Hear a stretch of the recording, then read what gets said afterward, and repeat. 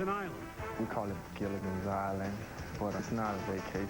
We visit 7 Blazers have rolled in the first 2 meetings. Let's get you the starting lineups brought to you by Clear. Clear's super fast mobile internet for the Timberwolves. Johnny Flynn in the backcourt along with Corey Brewer. Ryan Gomes at the 3. Al Jefferson at the 4, and inside Ryan Hollins at center. For the Trailblazers, starting 5. Yes, it's new tonight. Blake and Roy in the backcourt. Brandon back to his natural position. Martell Webster at the 3. LaMarcus Aldridge the 4, and inside at center.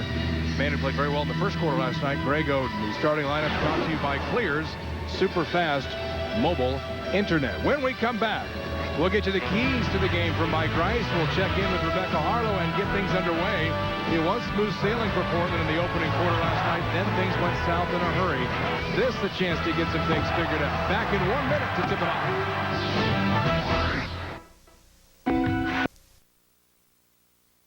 We have Andre Miller running the second unit now. It should help. Well, what does Minnesota bring tonight? What do the Blazers expect? Assistant coach Dean Demopoulos gives us this in tonight's Corona Coaches Corner. Oh, well, Jefferson can score, and Gomes is their best three-point shooter. Of course, he'll take Brandon in the post, and then we have to go to our double teams and our schemes, and hopefully we recover and we rebound and get out. They're a very good offensive rebounding team, so that's going to be a key tonight. All right, that's the Corona Coaches Corner. Time to get you a Gatorade sideline report. Of course, now we throw it down to Rebecca Harlow. Good evening. Good evening, Mike and Mike. You know, Nate McMillan decided to switch things up a bit this morning. Now, typically on a back-to-back, he never holds a morning shoot-around, but today he felt like he needed to get a few things done. Afterward, I spoke to Nate and asked him what he accomplished, and he said we needed to communicate.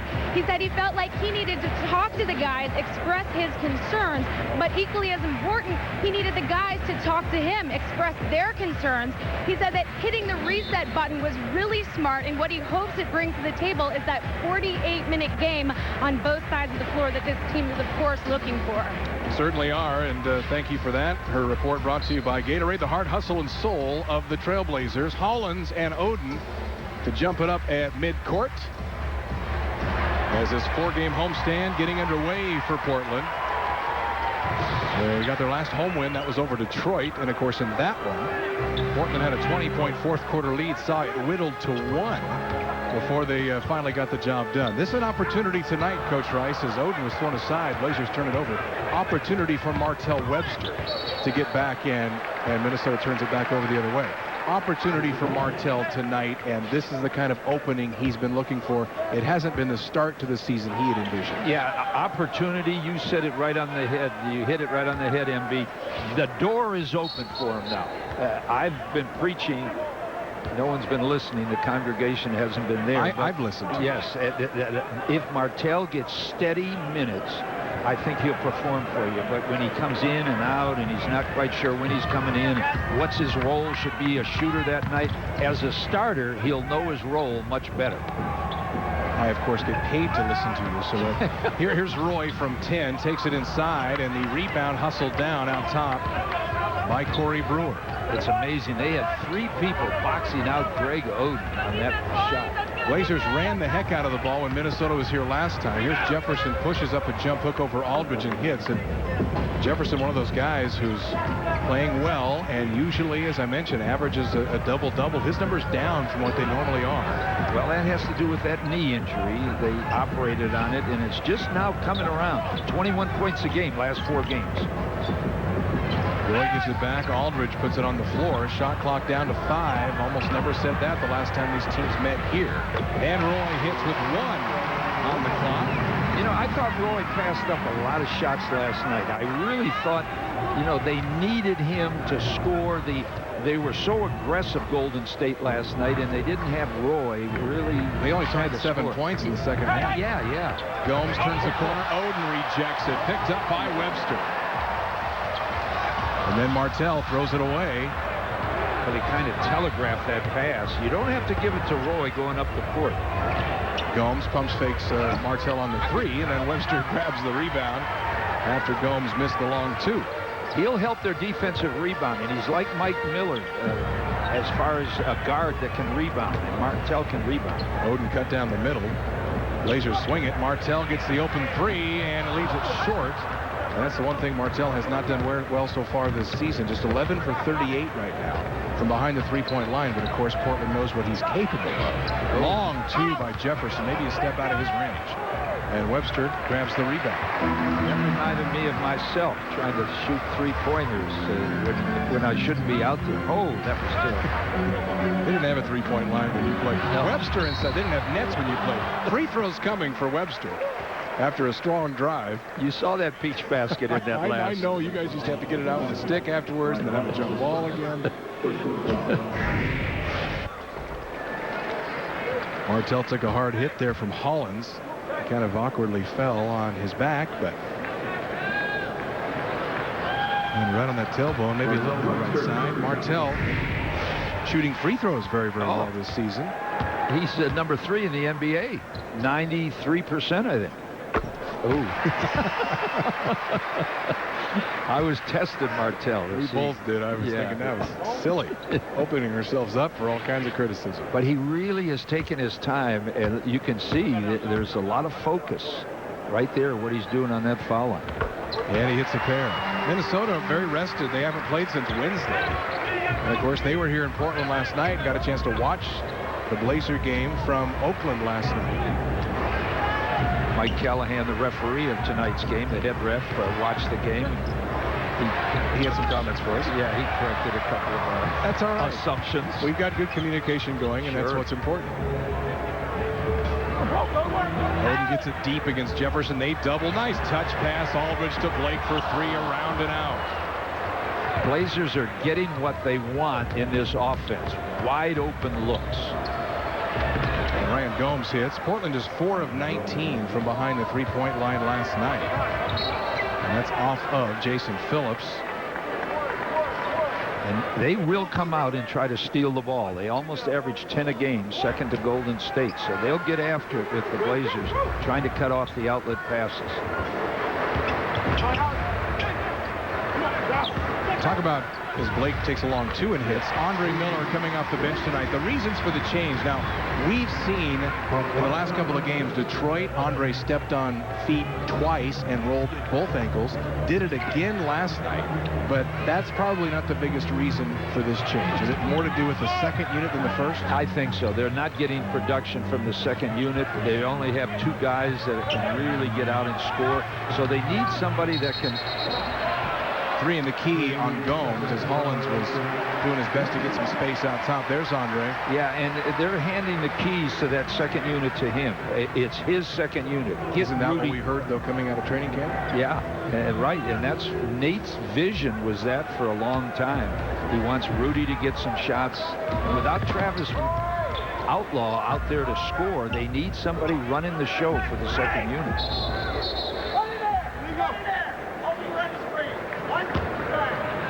Foul going to be on Hollins. Mike Callahan said holding the screener. He saw that from across the court and whistled him for the foul. And that's the second team foul on Minnesota and already the second foul on Hollins. So they get smaller now, although not much. Oleski Pesharov checks in for Hollins. Pesharov started the game the first time these teams played here. Yeah, and had a decent game. Yeah, he can shoot the outside shot a lot better than Hollins. Foul on Pesharov as he comes into the game. He's been in there 3 seconds and picks up his first foul. Well, better him than Greg Oden, because we saw last night Greg Oden just dominating the first quarter, scoring, getting 3 fouls on Mikey Moore, and then getting into foul trouble. Moore picked up 2 fouls in the first 17 seconds of the game. Yeah. Aldridge wants it against Pesharov. Now they bring the quick double. Blazers reverse it. And then come back to this side to Roy for 3, and he rolls it in. They really are executing well. And as you said earlier, MB, when Nate McMillan has a 10 o'clock shoot around after getting in at 2:30 from the game the night before, he means business, and I guess he laid it down for the Blazers. Yeah, we were on the plane heading home last night. When you hear a 10 o'clock shoot around, you know there's going to be some work done. Now, they didn't do a ton of physical stuff. They watched film more than anything. Blake an open 3, around and out. Rebound Pesharov inside. But Nate watched tape of that game, of the Golden State game, the whole trip home, taking notes. He had about 8 pages of notes. and you know he went over all those notes. Lob to Webster from Blake. Didn't get a good catch on it. Trying to get it back. Aldridge tipped it, but now Jefferson comes away and nearly throws it away. Here's Flynn. Oden blocks it. Picked up by Blake. Roy's out ahead of the pack, and he will not finish. Brewer the block. Big-time block for Corey Brewer, as he didn't give up on the play. I was surprised Brandon didn't try and dunk that one, and Jefferson hits at the other end. Yeah, I think he thought he had a step, but Brewer, excellent defender, steal guy, one of the leaders in the NBA, so he's a good athlete. Defensive 3-second technical going to be called on Brewer inside, and he didn't like that call. Here are the two blocks. First, the Greg Oden block on Flynn. Oden's second block of the game. And he almost brought that arm down again. And look at this block. Oh, that is... Brandon will almost always dunk that ball. Left-handed, right, on that left side. Look who's shooting the technical. And he should. Martell Webster. Nice going. Third. Just his third miss this season from the free throw line. Portland #1 still as a team at 82%. I didn't say he'd make it. I said he should shoot it. Implied that it was a done, he's third in the NBA in foul shooting, so he should make it. Portland lobs inside to Oden. He does not have a field goal attempt so far in the game. They really diving at him. Roy thought about the three. Blazers have put up a number of those here. Nice wraparound pass to Oden, who gathers and jams. Nice penetration. You can tell the Blazers are really in focus tonight. Now they have to take a lead so they can start running. They will run against this team. Offensive foul. As Sasha Pavlovich had just checked in and set a moving pick. That's one of the areas of emphasis for the officials. And we went to a meeting at every arena in the NBA. The NBA officials are putting on, they're telling, you know, what the rules are and the new rules. And I really found it informative by Mike Callahan tonight. It's a good thing the league has done the last few years. It informs and gives us a chance to ask questions. Here's Blake for three. Good. Nice ball. Give Blake too many looks. He'll nail him eventually. You know, Blake's talked about his struggles from out there, but he's still 35% on the season, and that's not bad from behind the three-point line. And Kurt Rambis wants time. Yeah, the Blazers are really zeroed in tonight as a unit, and that's a good thing. 5:40 left, opening quarter. Trailblazers up by 8.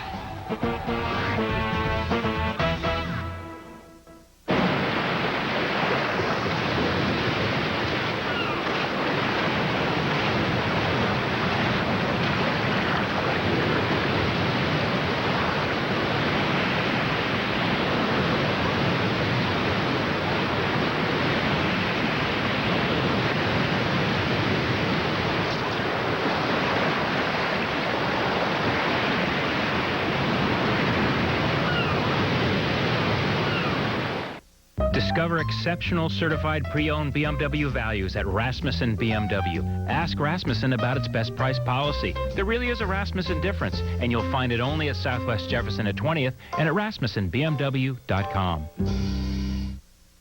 Go to Rasmussen BMW for great values on new BMWs. Ask Rasmussen BMW about its best price policy. There really is a Rasmussen difference, and you'll find it only at Southwest Jefferson at 20th and at RasmussenBMW.com. Hi, may I help you? Yes, we're looking to save on car insurance, even if that means we have to shop all day, right, honey? Yep, all day. Good thing you're starting here. We compare your Progressive Direct rate to other top companies, so you can save money. Look, You saved a lot. And quick, too. and no more holding our purse. It's a European shoulder bag. It was a gift. Shopping less and saving more. Now that's Progressive. Call or click today. And back here at the Rose Garden on Military Appreciation Night, Trailblazers. So far, so good. 14-6 over Minnesota. Be among the first to watch KGW games live on Trailblazers.com. Live game, live stats, live chats.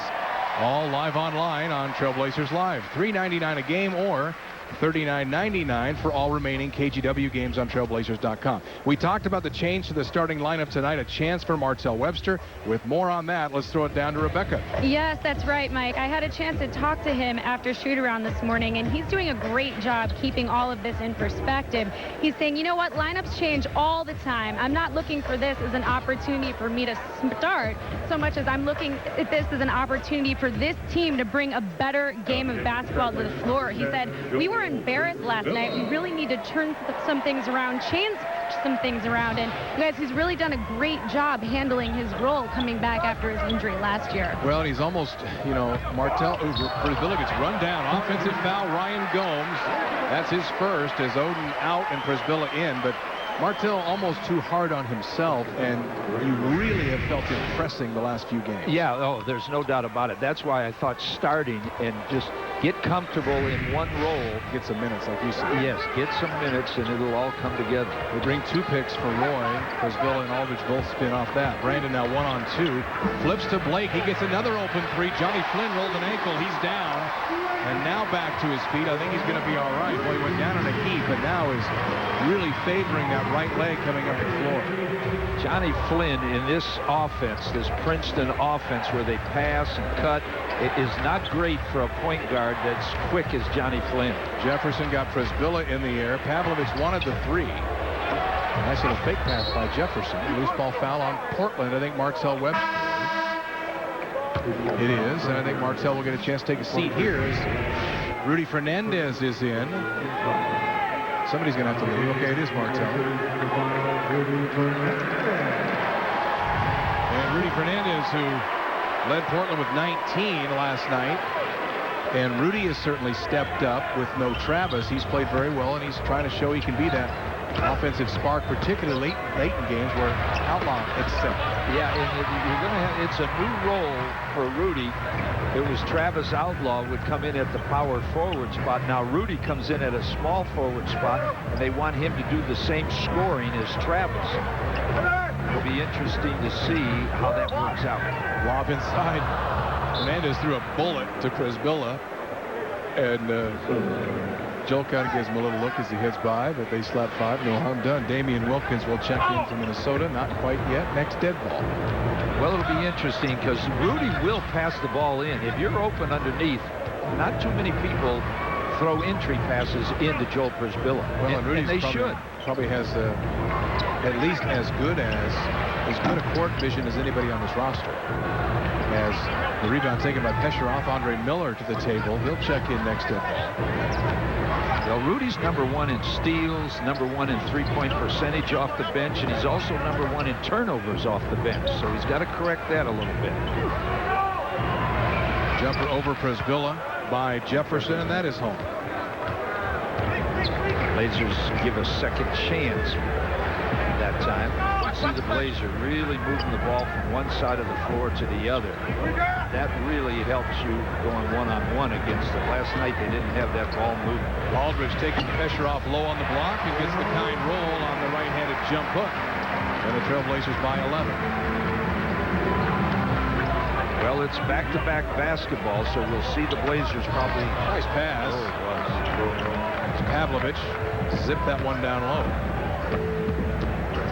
And this is the game plan for the Timberwolves with this smaller lineup. They were going to post up Roy, and the Blazers fooled them by starting Martell. Now Ryan Gomes and Roy had been locked up the first 2 times this season played. Nice pass, Rudy, to Prisbilla, who just had to guide it through the hoop. And that's what I said. Rudy will pass. He'll create things and pass to you. So Joel has to be aware. Pesheroff trying to work a little something on Aldridge. LaMarcus knocks it away, but fouls first. And now we'll have a timeout on the floor, as Andre Miller will be checking in after this timeout. Portland shooting 57%, but we were saying that last night at about this time. 2:40 left opening quarter. Yes, we were. What would you do for a Klondike bar? What would you do now that it has a thicker, more chocolatey shell? What would you do for a Klondike bar? Hey, Duck fans, who the best, most complete, Ducks coverage around. Turn to Comcast Sportsnet. 10-5. This weekend on Comcast Sportsnet, catch an encore presentation of the Ducks football game against the Arizona Wildcats, Saturday and Sunday night, followed by a new episode of Oregon football with Chip Kelly. It all happens Saturday and Sunday night on Comcast Sportsnet. Your home for the Oregon Ducks. Game on. You can feel it in the air. It's like clockwork. Bone chiller. That icy charge slowly begins to creep in. That's when I know he's here. I know I can't stop him from coming, but I'll gladly be the one to send him on his way. Defending comfort is my calling. I am Bryant Man. Go to Bryant.com to find a dealer near you and ask about available rebates and tax credits. What are people willing to do for a Klondike bar now that it has a thicker, more chocolatey shell? Oh, guess the next girl comes out of the gym. That's the next woman that came out of the gym. What would you do for a Klondike bar? Find out what happens next at KlondikeManCave.com. Well, Minnesota shooting 36%. You heard me mention before the break, Portland 57%. That's why the 11-point lead with 2:40 left opening quarter.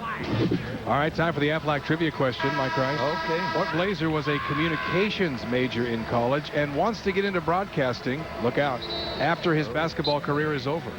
So you're going to have to think about that. Yeah. And you would agree that this guy would make a very good broadcaster. Yeah. I think I might have a hint. I'll eliminate Martell. He didn't go to college. Right. So otherwise, he Nice would work. be a prime candidate for something into broadcasting. Well, a season ticket holder and good friend of the organization, Kenny Namba, is having surgery on Monday. And we wanted to wish him well tonight. Nambas have been around a long time on the Blazer organization. And Kenny, we're pulling for you, so we know you're going to come out of this good and keep on fighting. There's pressure off at the free throw line. It's the first. He'll be cheering for the Blazers Wednesday against the Bulls. That's right. As we're Monday, Wednesday, Friday, Saturday. Monday is the Bulls. Wednesday is New Jersey, but we know what you meant.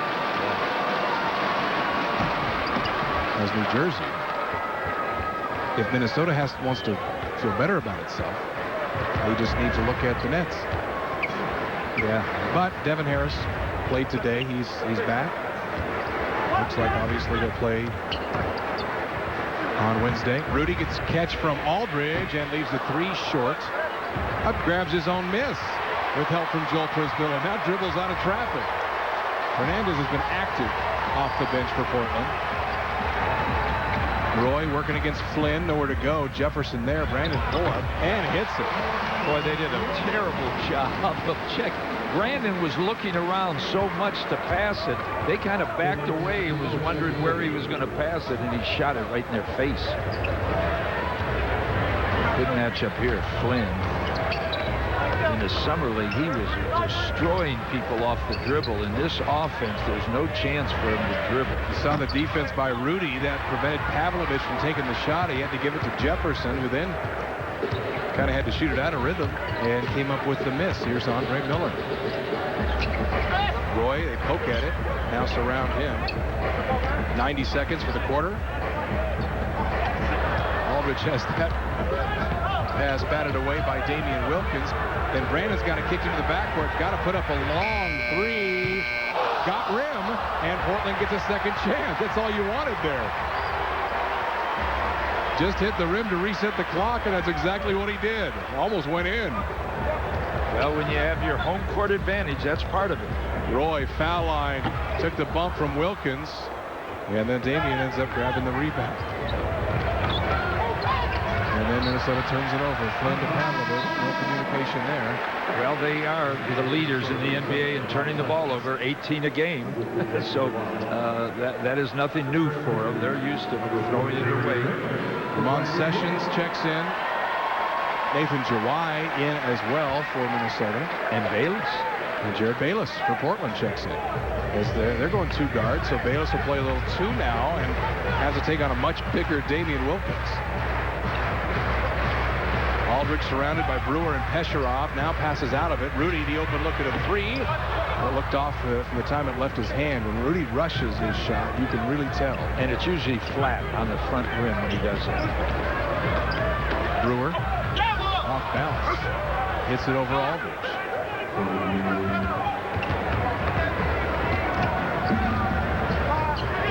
Blazers just about run the clock out. Minnesota will have a couple of seconds left.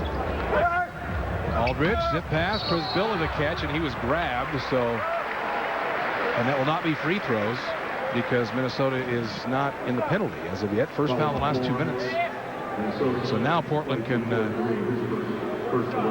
now practically ran out the clock here in the quarter. 15 seconds. And the Blazers normally would get to that foul line in the first period. They're number 5 in the NBA at free throws made. So, you know, Nate really works on it. He looks at that stat at the end of the quarter. Are we getting foul shots? If not, we're shooting too many outside shots. 6 seconds. Shoot it.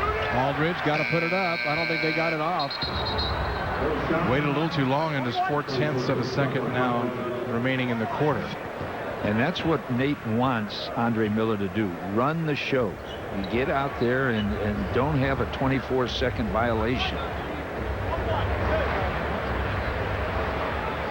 And I think Mike Callahan is wanting a second and a 10th put up there. Well, there should be something put up. It's 0-0 right now. He wants 1.1.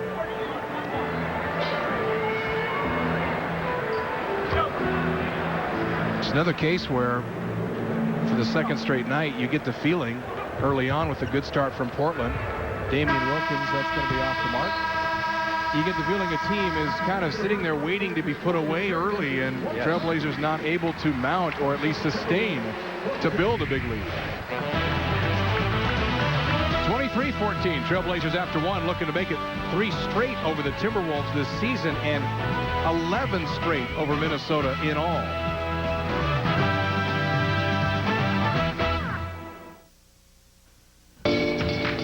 His reputation is expanding faster than the universe.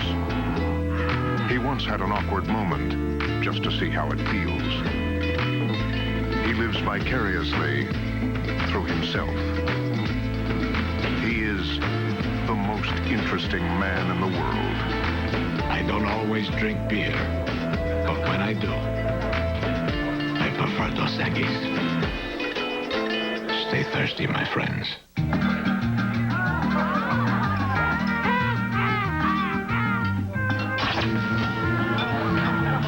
The 5,000-watt sweater lady. The old school jokester. The cheese log Michelangelo. Want to be the life of the holiday party? Just give the new Scratch It from the Oregon Lottery. Lottery games are based on chance. It should be played for entertainment only, not investment purposes. Jeff Taylor. Nice. Mikhail Cook. Nice. Steve Schaefer. Naughty. Get ready for some spotty 3G coverage. With 5 times more 3G coverage than AT&T, Verizon Wireless is your destination for great gifts like USB modems, MiFi personal hotspots, and netbooks like the Gateway LT with built-in 3G for just $99.99. Verizon Wireless. Wells Fargo knows that everyone has a vision for their future. Everyone has a someday they'd like to reach. It could be saving up for your kids' college, or buying a home, or it could be retirement. That's why for over 150 years, our mission has been to make the road that leads you to your someday a little easier. Seize your someday. Wells Fargo.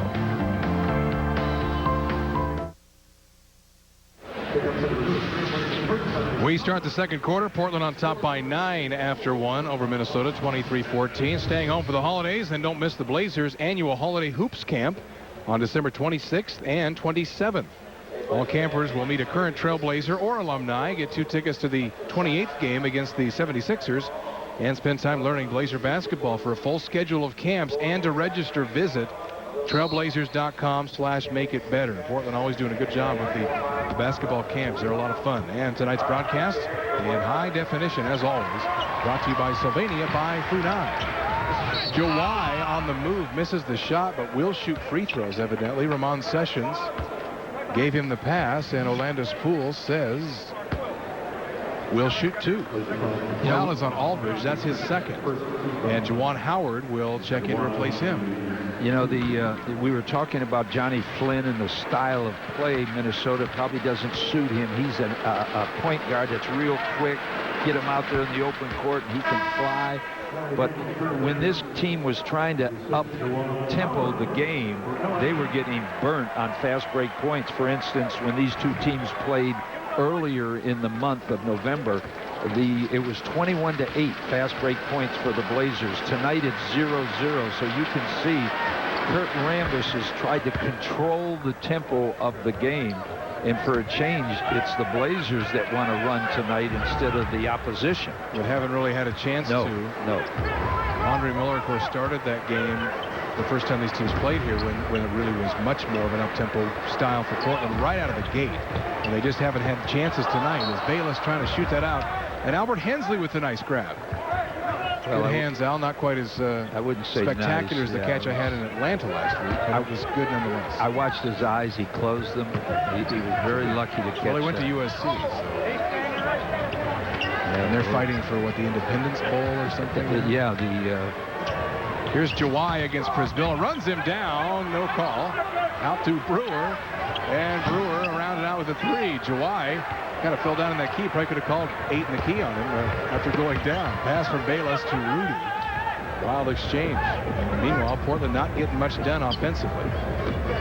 No, I'll tell you. Prisbilla trying to work Brewer inside, and he earns the loose ball foul. Good sell by Prisbilla as Brewer was in there doing his best in a wrestling match with Joel. And as soon as the shot was missed, a little push in the back right there. And you know, Joel, he's. It wasn't too much of a sell looking at the replay. No, yeah, it was a good shove in the back. Brewer got him with the elbow in the back. And that's a good part of their defense going out of the game now. They get a little better offensively, but they are really hurt on defense now. That's why Jarrett Bayless really has to try to go one-on-one and score in the paint. They go inside to Howard. Again, Portland fighting the shot clock here on these possessions. And first time these teams played here, that was never the case. Bayless for 3. Rebound Prisbilla.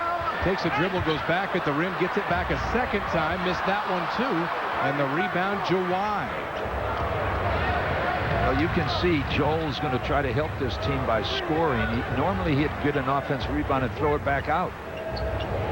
That's why he leads. Well, I think he was going to there, then he realized that he didn't have any better options. As Bayless fouls Ramon Sessions. Good job by Sessions to stick the leg out and create contact. Right now, Minnesota being allowed, and how many times did we say that last time? Being allowed to hang close in the early going when Portland seemingly should have a comfortable double-digit lead. And a completely different type of defense from last night. They're kind of packing it in, making sure, because early in this 11-game losing streak of theirs, there's a 10. I don't want to cheat them out of it. To Portland, it's 10. Okay, and they've been really out-rebounded almost every game, and that's where they get murdered. The people bang the boards on them. So they're packing it in against the Blazers tonight, trying to rebound and slowing the tempo so the Blazers don't get the fast break points. Because their front line is really slow. Look at who they have in the game. Sessions trying to pressure Miller all the way up the floor to take time off the clock. Shot clock, that is. And they've been succeeding in that because here it is at 12 and Portland has just started the offense. Hand off to Miller from Howard, and this group is just ice cold right now. Escherov beats Portland down for the lay-in. 6-0 Minnesota here in the quarter. And you knew there was going to be some substituting going on, and that's why Bayless really has to try to score. you know, you've got your playmaker in there in Andre Miller, so if you're a scoring 2, and that's what Jared has to become, you've got to look for a score. Rudy against Pavlovich. Fades baseline, around and out. Rebound for Isbilla, and he scores. He and Howard fighting inside on the offensive glass.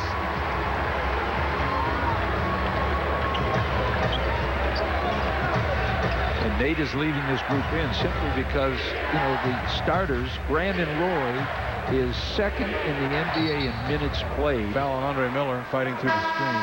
And for guards, he's #1 in the NBA for minutes played. So sooner or later, that catches up to you body-wise. Well, Portland using offensive rebounds here to survive this cold shooting second quarter. Now down to 39% for the game. Out here in the West, winter's just another season for adventure. And we know how to make the most of it. Even braving the elements and slick conditions won't dampen our spirits. What matters most is arriving safely. And safety comes down to simply this: the right traction. From the company that knows it best, Les Schwab Tires. We help make getting there and winter safer. The bank at Spirit Mountain Casino, and you could win up to $25,000. Every drawing day, 9 Coyote Club members will be randomly chosen to smash open a piggy bank. Break the bank for 1, 5, 10, 15, even 25 grand in cash. Every bank breaker is a bona fide winner.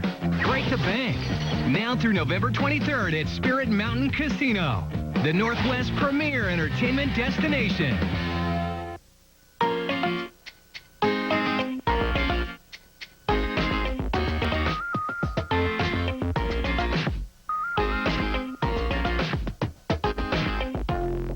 You don't have to dig too deep to get the breakfast you love. And you can get a great breakfast every day for just $1. McDonald's Breakfast Dollar Menu. Fast, affordable, delicious.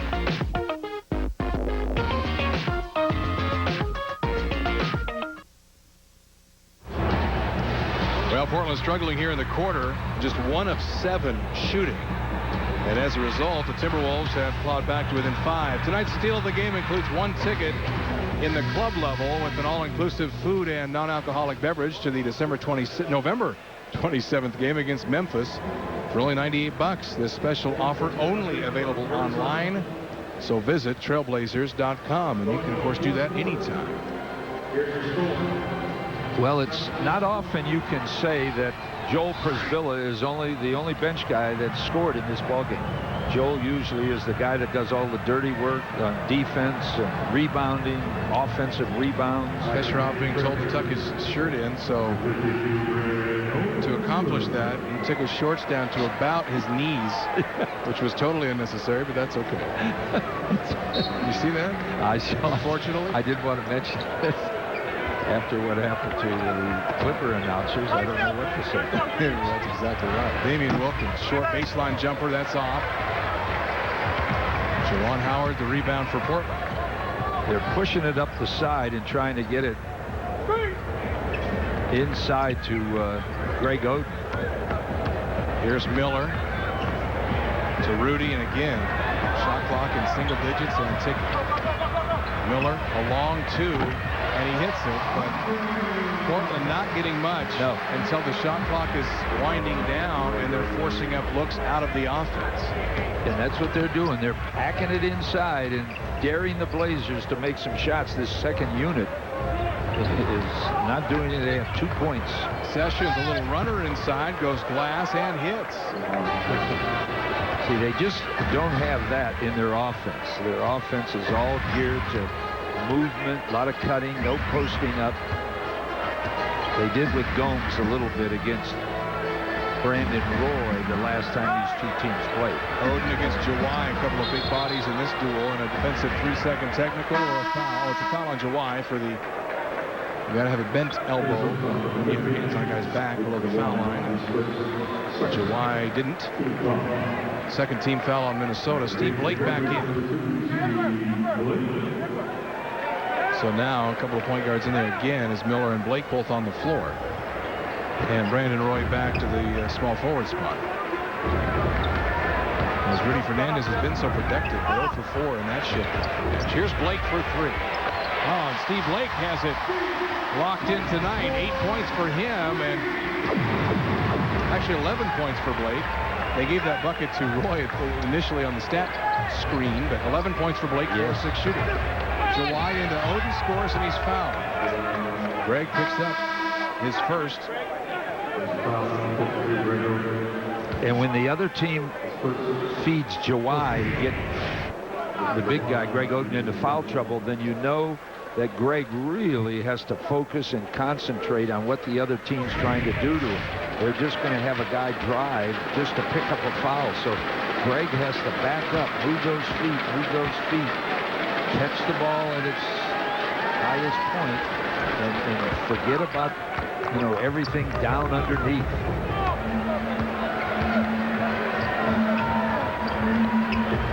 Oden against Jawai at this end. They bring the double. Howard to Roy. Oden started taking a few three-pointers. Roy takes one there, and it's off the mark. I say a few. They've taken 14. Howard kept it alive. The near steal. Pesheroff then takes it coast to coast and runs down Oden. No call. And hanging on the rim, a basket interference. And Greg Oden doing a nice job down there to just get plowed over by Pesheroff. Now Blake and Blake and Oden are laughing about it. Not nearly enough for the foul call. As you see, it was a good no call. And then Jawai does a chin up after he missed the shot. In a way, there were people under him. So, he was kind of looking around to see where he was going to land. So it might have been all right. Jawai's getting probably a lot more playing time than he ever imagined when this season started. Well, the people who came to the first meeting between these two teams just 3 weeks ago probably came back thinking, boy, 116 points up and down the game. This is going to be fantastic. A little different tonight. Yeah, in that level. Well, they need Kevin Love in there. There's just no doubt about it. This team misses Kevin Love. Nice pass. Miller drops it down. Oden baseline. Scars, and he's fouled. I think it's going to be Pavlovich. No, it's going to be Jefferson. And now the correction. Oh, no, Jason Phillips is talking to Kurt Rambis called him like he had something to tell him. Then he went put Rambis 3 fingers three up. in the key. 3 in the key. And he might have had a point there. The big guy was in there quite a bit. Blazers do make 3-second calls occasionally, MP. Yeah. Well, you help out with a lot of them. As Oden completes the three-point play, 5 points here in the opening half for Oden. He had 11 in the first quarter last night at Golden State. Sessions cut off by Howard. Pesheroff thinks he has something cooking with Blake. He forgot about Oden coming over to help, and Minnesota will get it back somehow with 5 to shoot. You can tell in the days off, this club has really worked on execution. They're sending much better picks now. They're getting people open. They just don't have a lot of talent on this Minnesota team. That's where a guy like Kevin Love, who can pass, really hits the offensive boards well. Near steal, yes, and Miller knocks it off. Ooh, nearly off Sessions. Andre thought that, trying to sell it to Orlando's pool. It should have been more than a second. The ball comes in, gets hit. There's Kevin Love from Lake Oswego. Won 1 state championship. Wasn't for Jesuit, he probably won a couple. Or no, Singler's team up in Medford. South Medford, yeah, South Medford. Pesheroff, high arcing shot, and he hit it to beat the shot clock. Lusky Pesheroff with 6 points off the bench. And once again, we keep saying it, they're hanging around.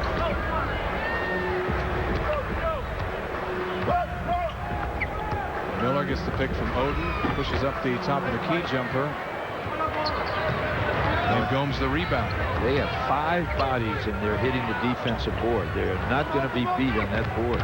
Jefferson, hip check by Oden, missed the shot. Jefferson looks back at Mike Callahan wanting the call.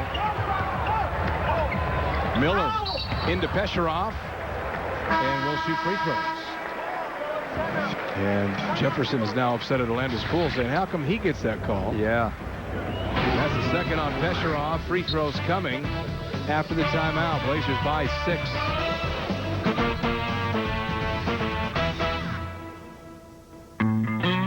A slice of life from Stark's Vacuums.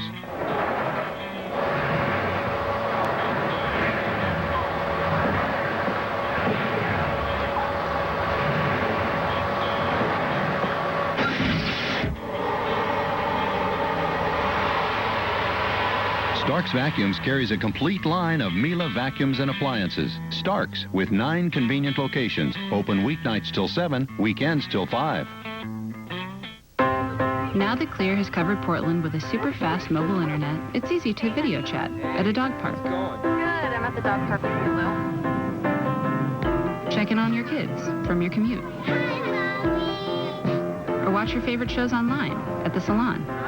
Try doing that with internet from a cell phone company. But it's easy with Clear, because Clear has built a brand new WiMAX network, so you can get online at home and on the go for only $55 a month. It's all the internet you'll ever need. Coming up on Comcast Sportsnet. Monday, November 23rd at 7 p.m. against Derrick Rose and the Chicago Bulls. Wednesday, November 25th at 7 p.m. against Devin Harris and the New Jersey Nets. Friday, November 27th at 7 p.m. against O.J. Mayo and the Memphis Grizzlies. Catch all this and more on Comcast Sportsnet, your home for the Portland Trailblazers. Game on. Welcome back to the Rose Garden, where the Blazers are on top by 6. One thing that this gym is missing very much is Travis Outlaw. I'm sure a lot of you are wondering how he's doing. Well, I checked in with trainer Jay Jensen this morning and said, hey, what's up with Travis? And he said he's recovering well. He's recovering as quickly as he possibly can. But right now, the most important thing for him to do is keep that leg up, rest that foot, and just allow that bone to heal. Now, he's been doing a lot of chatting with his best pal, Brandon Roy, of course. Brandon says that his advice to him has been, hey, you've got to just focus on the future now. Put the injury behind you. Don't think about why it happened. Do everything you can do to stay positive and move forward with this injury. And of course, Travis, we know you're watching. All of your guys say they miss you very much, and they can't wait for you to come back. Well, and Rebecca, we were talking on the plane the other night, and Antonio Harvey, radio analyst who's close with Travis, he talked about Travis sending him all these text messages during the game as he's watching, and he's never really had the chance to sit back and watch the Blazers from afar, at least watch things work, and he said he's learning all kinds of stuff because he's never really been injured and been out other than sitting on the bench, but watching and seeing how things take place on the court as far as your offense and your defense, it is kind of an educational experience. Sure, and they really miss Travis. For granted, tonight it's 15-6 in favor of the Wolves bench. If Travis is there, he gives them that scoring threat they can go to with that second unit, especially late in games. That was Travis's role, score in the fourth quarter. There's no Travis now. Gomes against Miller. Posts him up, missed the shot. Out of himself. Rebound taken down by Oden. Blazers leading by 8. They've led by as many as 11, but just can't sustain anything positive at the offensive end. Third foul on Aldridge, and he'll likely come right back out. Besharov had been campaigning for that call, and Juwan Howard in. And LaMarcus just one field goal attempt in this game, and 2 points. Will have to sit down with his third foul. Well, it's getting to the point where it's either L.A. or Oden or both in foul trouble. And it really disrupts the Blazers' offensive flow. You got to put Juwan Howard in, and he's a completely different player. Oh, Oden rejects Besharov, who comes out of there smiling. And Oden's mad at himself because he could have caught that ball. But he knocked it clear out of bounds. Yeah, he was trying to hit it to Roy. Third block for Oden here in the half. He's one of the leaders in the NBA. He's already surpassed his average. Sessions, lob over the top to Jefferson. And Roy came behind to affect it. Don't think he got a piece of it. He certainly helped in the miss. When the game's not up-tempo, the Blazer defense shines. When it's a little more up-tempo, they have a little more trouble. Miller, Roy. Shot clock at 10. Roy goes right past Pavlovich, drops it down to Oden for the big jam with 2 hands. Now that's when I want Roy to give it up, when he's got 3 people coming to him. But when he's going one-on-one on Pavlovich, he's got to take him and stop him. Either get to the foul line, shoot the J on him. Jefferson to Sessions. Roy there to help out. Pavlovich, though, wide open for 3, and that finds the bottom. Well, that time Roy cheated off, and he got burnt by it. Pavlovich can shoot the 3. Not very well this year, but no. Traditionally, yes. If you don't get steady minutes, your 3-point percentage will go down. Especially for a volume shooter. Yes. Which has always been. Absolutely. Roy gets a double pick. First from Howard, then from Oden. What? Down goes Roy. Miller left open. Shot clock at 2. Roy off the mark. Howard the offensive rebound. Blake down to Oden. Greg just walks in Jefferson. Missed the shot. Nate McMillan barking at Jason Phillips, wanting a couple of fouls on that possession. Sessions a nice move. Couldn't finish, but Pesharov follows it in. Pesharov really working hard out there. Made a couple of 8-footers and got a couple offensive rebounds. And once again, it's a 5-point game. Lob to Roy. Missed it that back door, but is fouled. And free throws coming for Roy. We'll see. Oh, yeah, will be. They're in the penalty anyway. Here's Brandon a couple of trips and go. A nice pass to Oden, who covers so much ground with his long strides.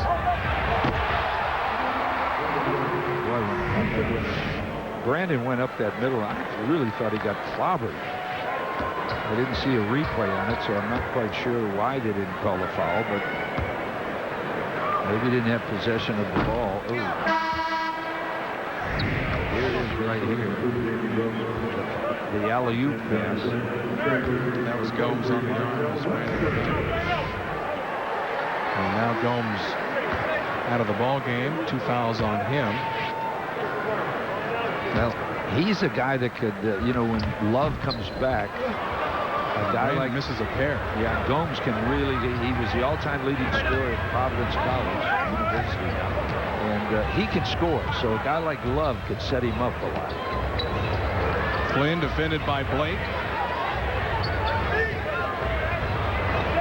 Shot clock at 6. Here's Jefferson against Oden. Going to square up.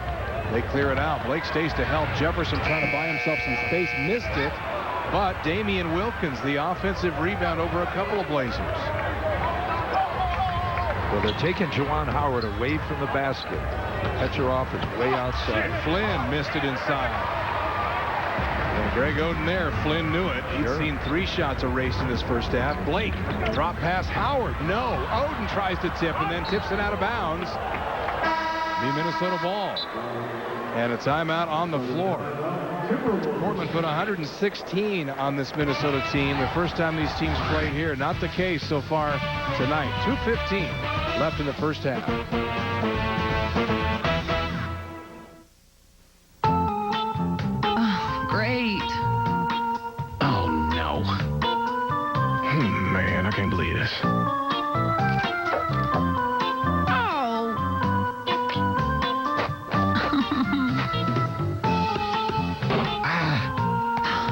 Gotta be kidding me. Oh, man. Good low prices on what you need today. Fred Meyer, what's on your list?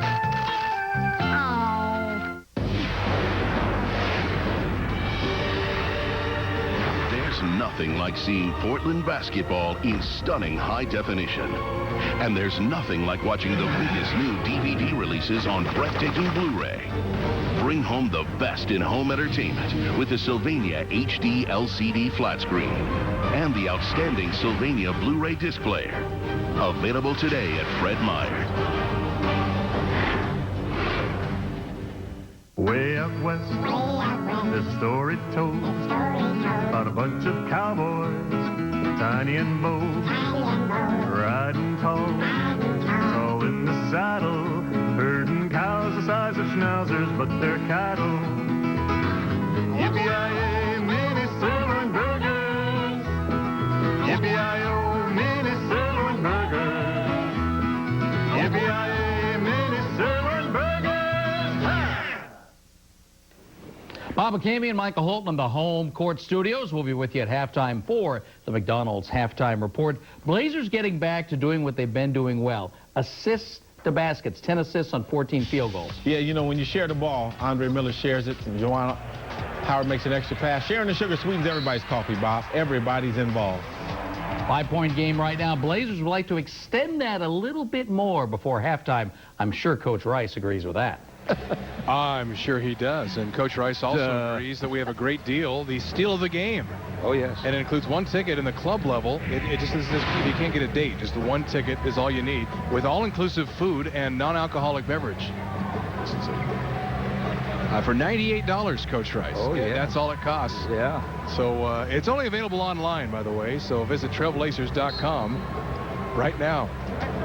Well, you know, Martell Webster might have started the game, but 8 Blazers have played more minutes in this game than him.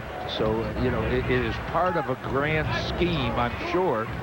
But only Jarrett Bayless has played less minutes. Flynn out to Damian Wilkins. He hits the long 2. And now, boy, you get the feeling watching them, if they could get Johnny Flynn freed up to break down a defense and find some people. Yeah, they don't have that. He's young, and Roy fouled on his way through the middle. And will shoot free throws. Of course, he missed a pair on his last trip. But, you know, Milwaukee has a system for Jennings, and they're letting him go. And no one can defend him. He's one of the leading scorers in the NBA because he's got this quickness. Flynn has the same quickness, but he's in a different system. A system that is controlled.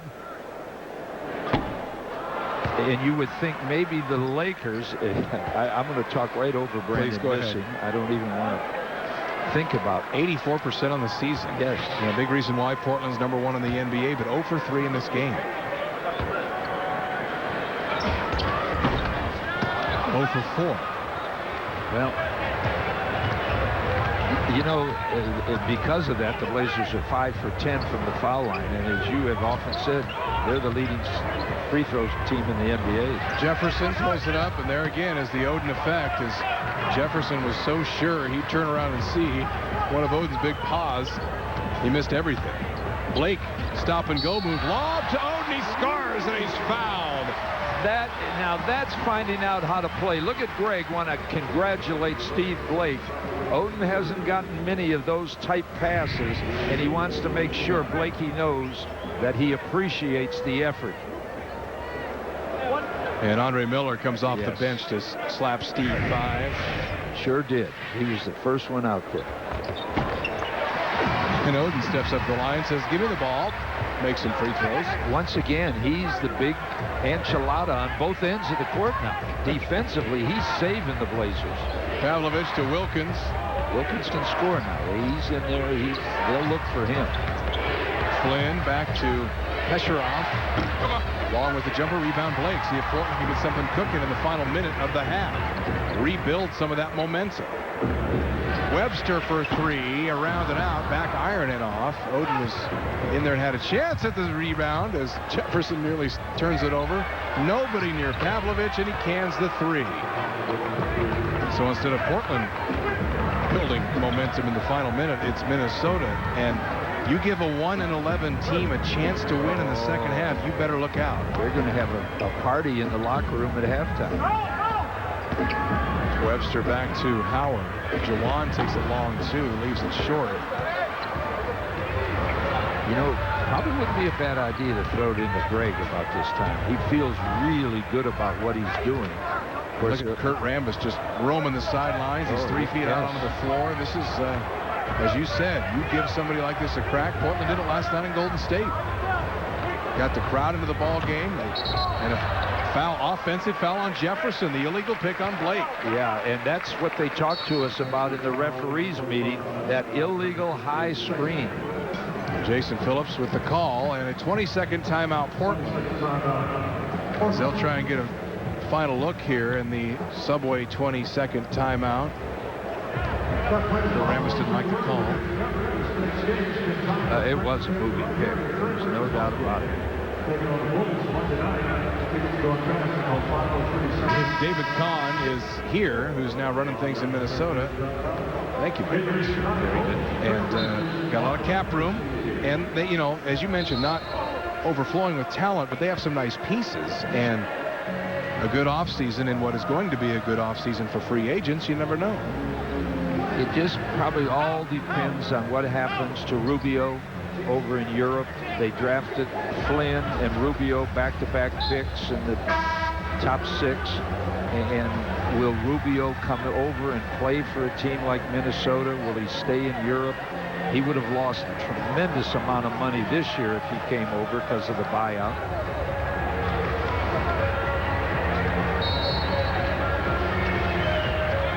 Seven seconds. Roy trying to bring it to length against Damian Wilkins. Behind the back, leans in for a 3. Off the mark, and that'll do it for the first half. Portland ends up shooting after coming out of the locker room firing and shooting 60%. Yeah.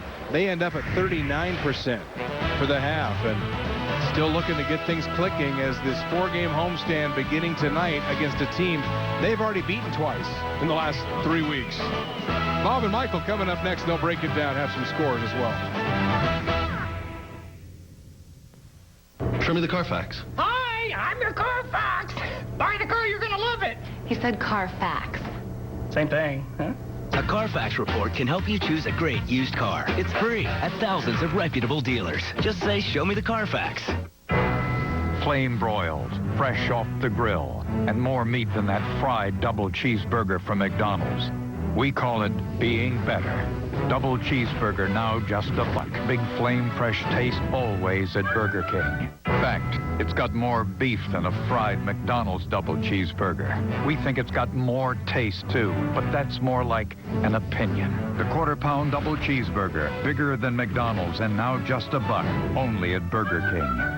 Eric is a Ford sales consultant. He's very busy. Tell me something. What are all these people looking for? MPGs, great deals, and great leases. Seems reasonable. Yeah, and Ford Fusion and Focus have it all. Great fuel efficiency for a great price. Great fuel efficiency for a great price. What else do you need for a great year-end event?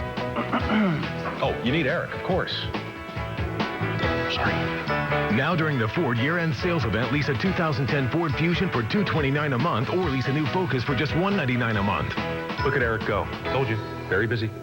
What are people willing to do for a Klondike bar now that it has a thicker, more chocolatey shell? So just the next girl that comes out of the gym. That's the next woman that came out of the gym. What would you do for a Klondike bar? Find out what happens next at KlondykeManCave.com. Welcome to the McDonald's halftime report. Ball movement. Extra pass.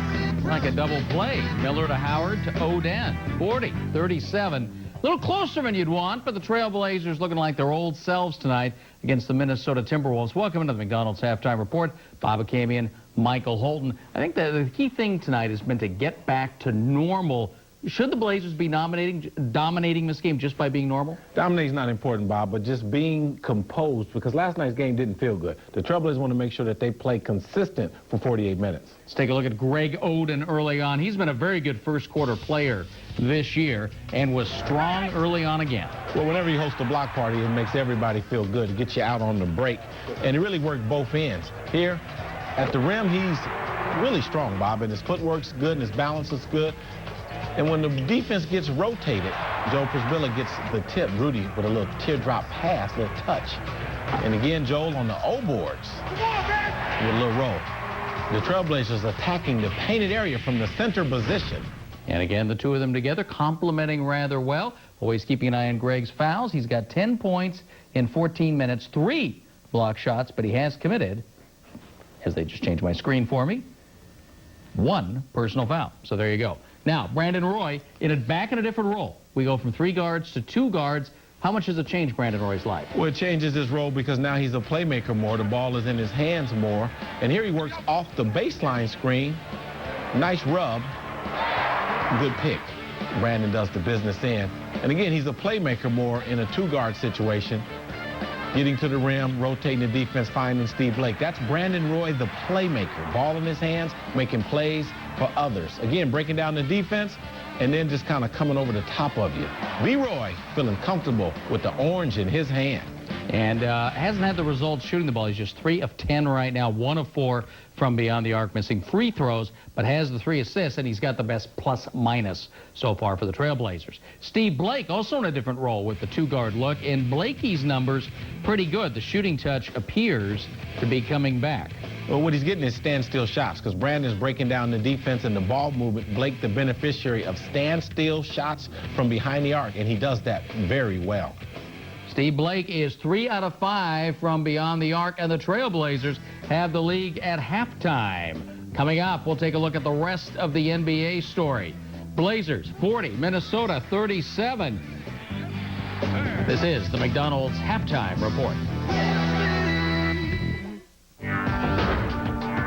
Merlin sees a championship. I want to look ahead like everybody else does, but I want to look back, too.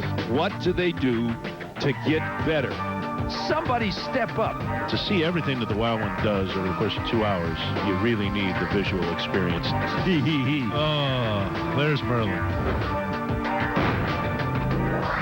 Make sure to catch Trailblazers courtside right here on Comcast Sportsnet. Want a big tax break? If you own a business and buy a Ford truck, van, or SUV before December 31st, you could deduct up to 100% of the purchase price on this year's tax return. Think how much that could lower your taxes. At Landmark Ford Lincoln Mercury, we stock Oregon's largest inventory of new Fords. Take advantage of huge year-end rebates and tax breaks. See us today at Landmark Ford Lincoln Mercury in Tigard. We're just off I-5 at the Haines Street exit. Get more.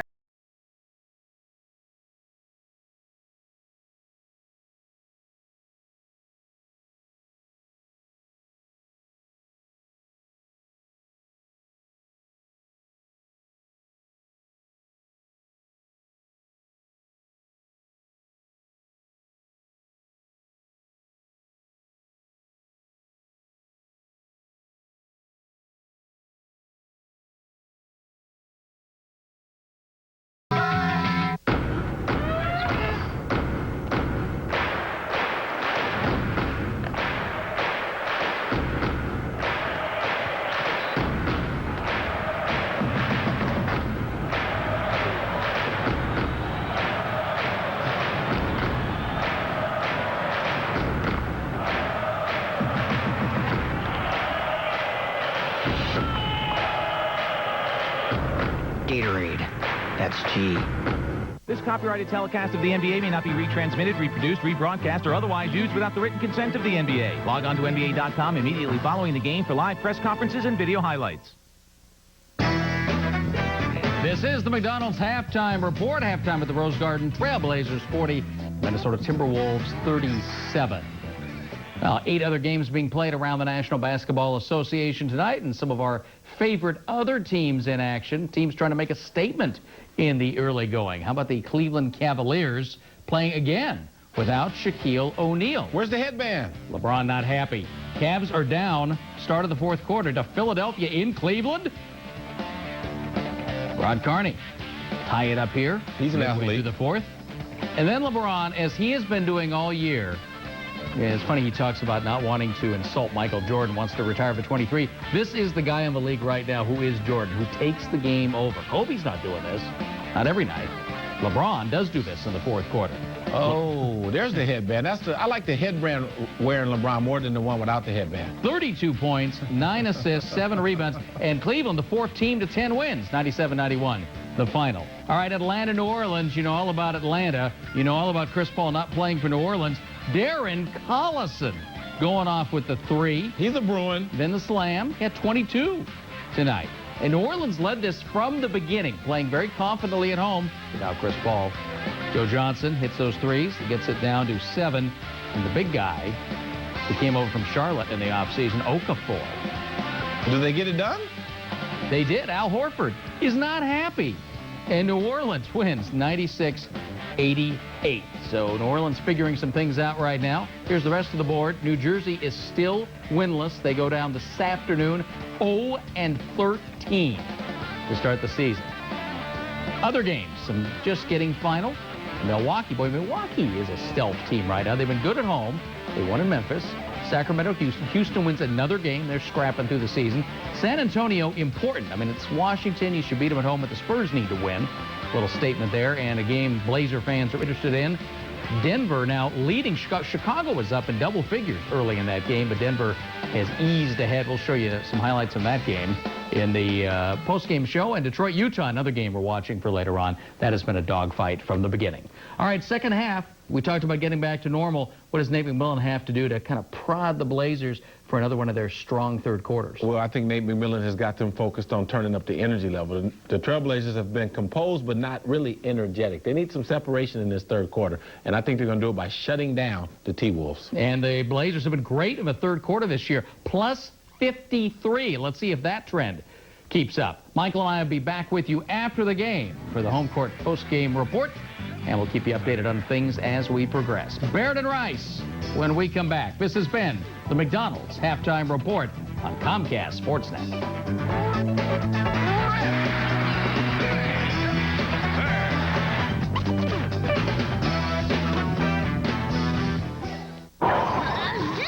Hope I don't miss work this Christmas. Yeah. How will you pay for things like food, electricity? Dental bills. Gadzooks! You need a backup plan.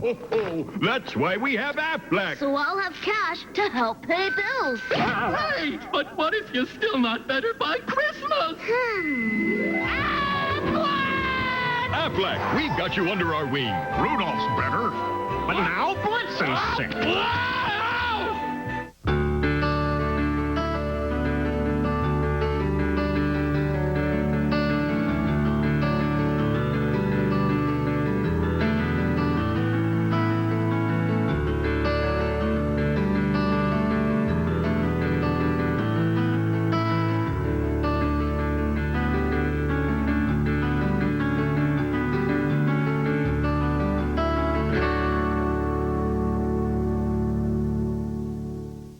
Discover exceptional certified pre-owned BMW values at Rasmussen BMW. Ask Rasmussen about its best price policy. There really is a Rasmussen difference, and you'll find it only at Southwest Jefferson at 20th and at RasmussenBMW.com.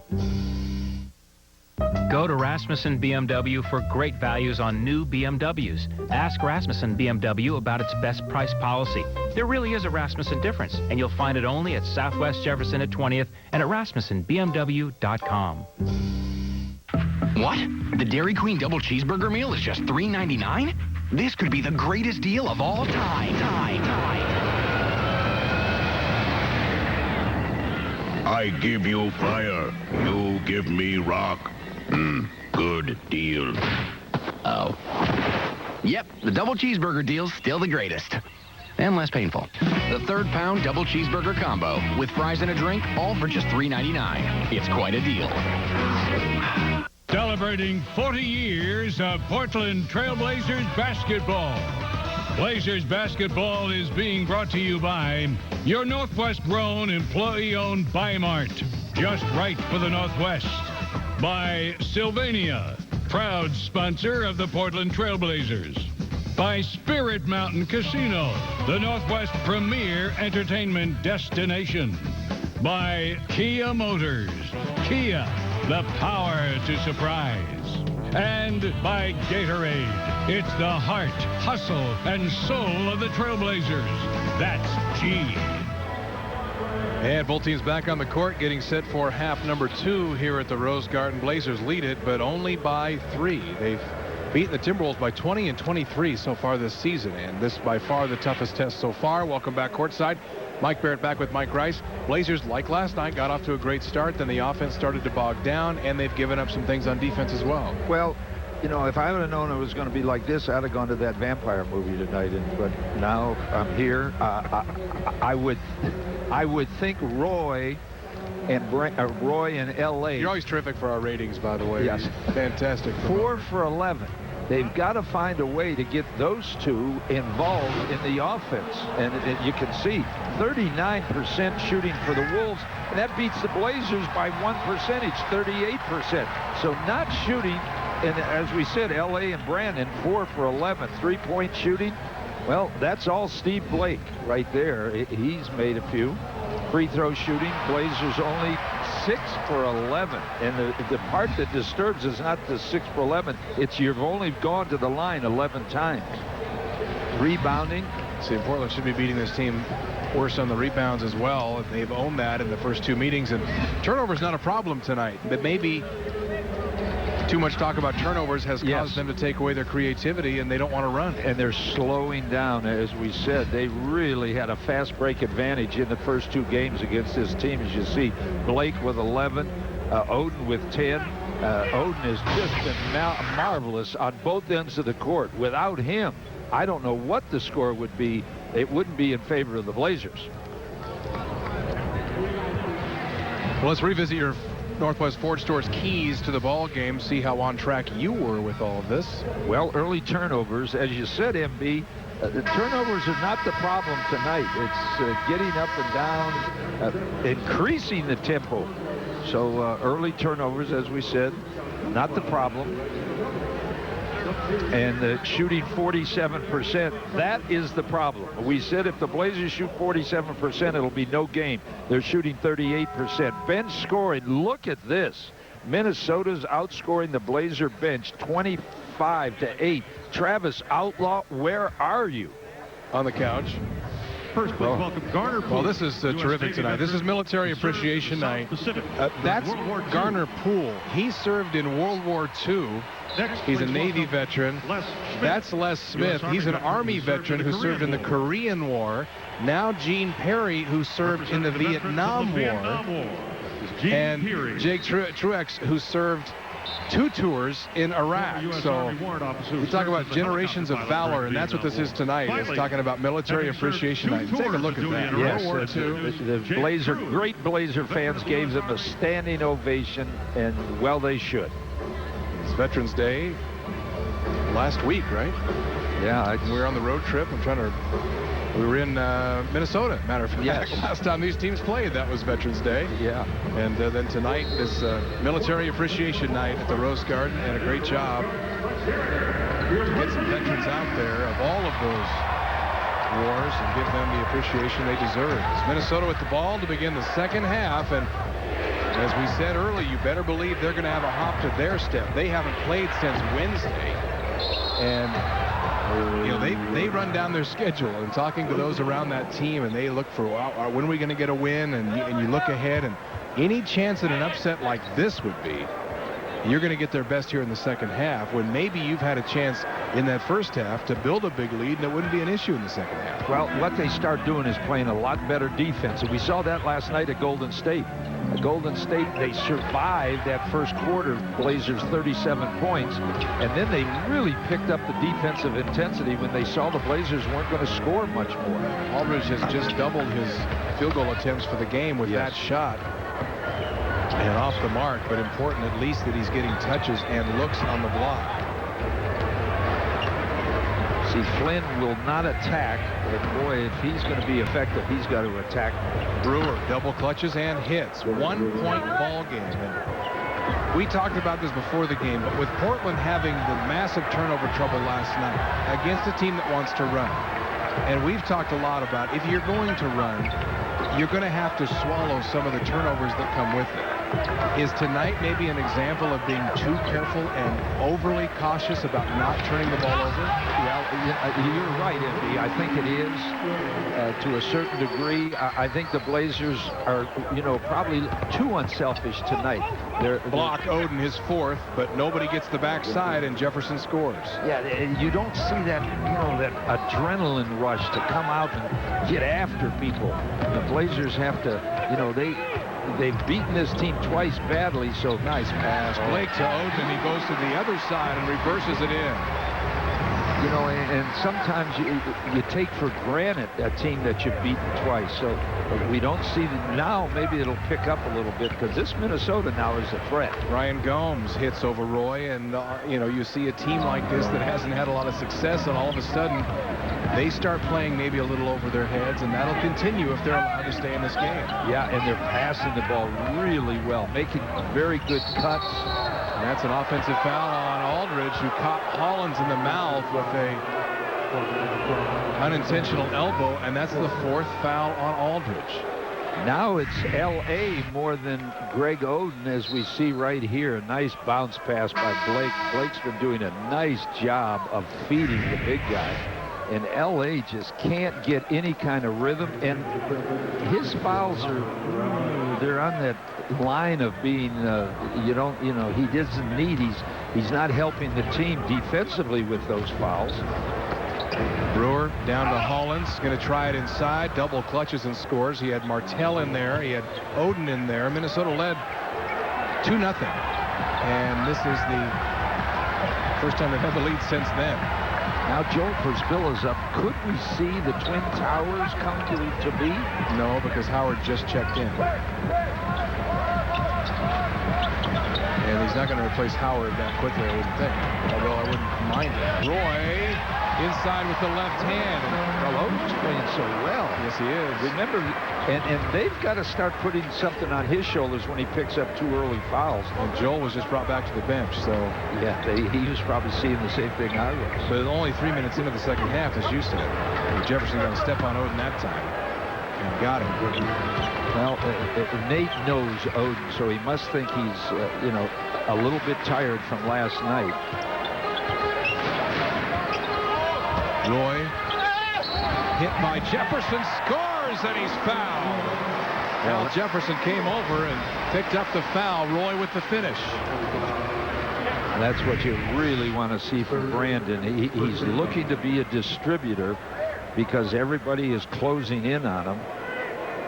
That's when Martell could really help him by, when he drives, get open, find a space, and then make a shot. Take the pressure off Brandon. Brandon, meanwhile, 0 for 4 from the free throw line in this game tonight. I would think that'll change right now. And he makes the free throw and completes the three-point play. 12 points for Roy. Portland back on top, but just by 2. And Minnesota the other way. Brewer lays it in, and all of a sudden they are aggressive. And look at them hop off the floor. Full of confidence. Haven't had many chances at wins. 1-11 is all they are, but tonight they're right in this game. Hey there, sports fans. So I'm sure by now you've been hearing quite a bit of buzz about this show called Talkin' Ball on Comcast Sportsnet. If you still haven't seen it yet, you have to check it out.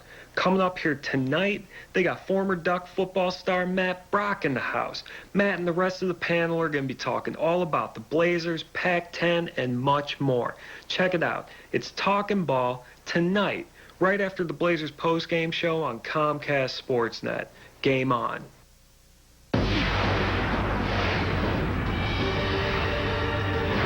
Nothing like seeing Portland basketball in stunning high definition.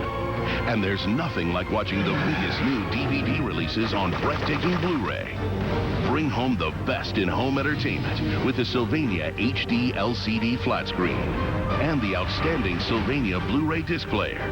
Available today at Fred Meyer. Brakes. The most important system in your car. If you're experiencing symptoms of worn brakes, noise or grinding, pulsation, brake grab, or if your brake pedal needs excessive pressure, come into Les Schwab for a free brake inspection. If your brakes need service, we do it right, we do it complete. Repairing, resurfacing, replacing, and adjusting.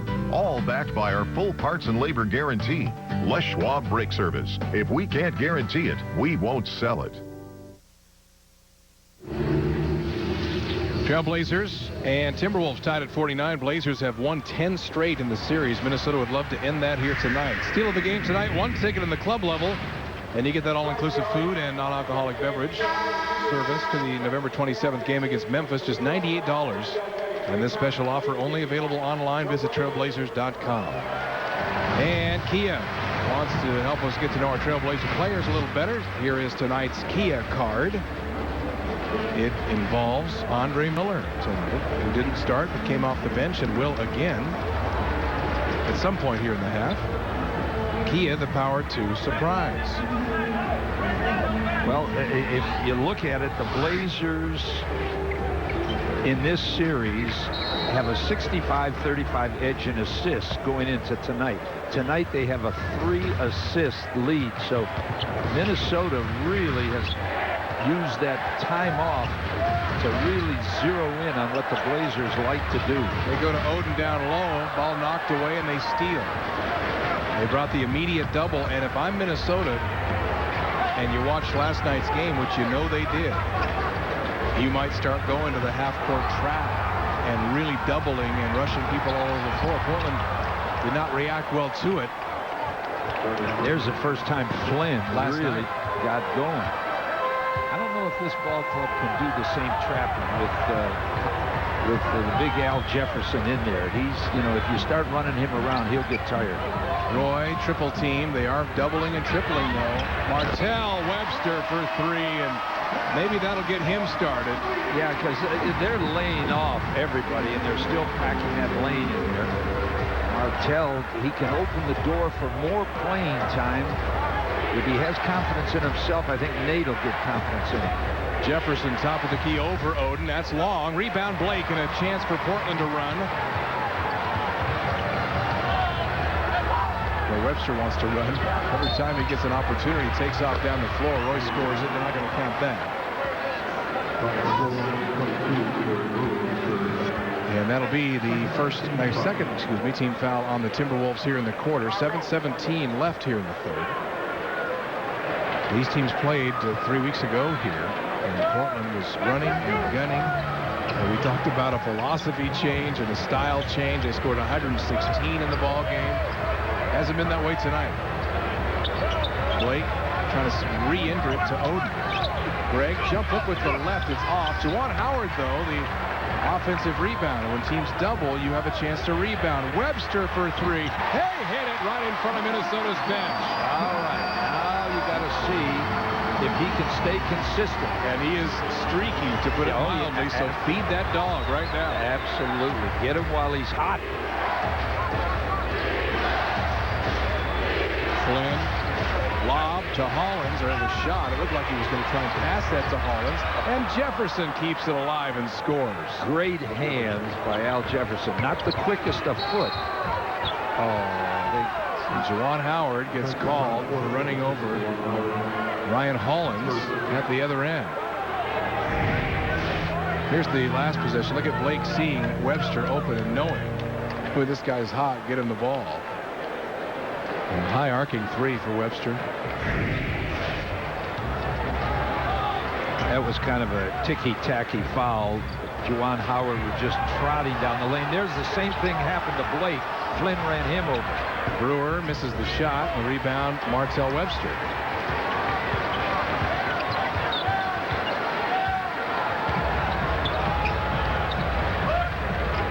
Here's Roy, gets a big pick from Oden. Martell again for 3. There it is. Yeah. Third quarter's always been his favorite. Yeah. And now he's got it rolling and feeling good. And now they've got to play him. It'll open it up for a guy named Brandon Roy. Johnny Flynn. Wow, what a shot across the middle with the left hand around Blake and several other Blazers. I don't know why they haven't been doing that. Flynn is a weapon for them. They don't have a lot of weapons. Turn them loose. If you start having to play him, it opens it for everyone. Roy back to Howard. Find Martell Webster. Brewer's leaving him. Brewer's leaving him. Blake to Oden, and he jams it. Another dish from Blake to Oden tonight. And another dunk for Greg Oden, who has 16. And see, it is opening up because they have to stay out on Martell Webster now. Another strong take at the other end by Al Jefferson. He's got 14. Now, the good thing about this, Oden's not fouling. You know, he's going right at Oden, and Oden is staying out of foul trouble, which is a big thing for the Blazers. Because when he's out on the court, the Blazers are a better team. Roy goes back to him. Here's Blake. They bring a double on Blake. Howard left open. Now Roy, shot clock at 3. Brandon step back 2, hit it. Well, it is. See how Martell Webster just making a couple of shots has all of a sudden kick-started the whole offense. Yeah, it was no help for the defender Gomes on Brandon Roy, and Roy took him. Here's the guy, Jefferson. Jefferson and Flynn, they're the whole show. Jefferson over Oden. They left it short. Rebound Webster. And over the back is Hollins.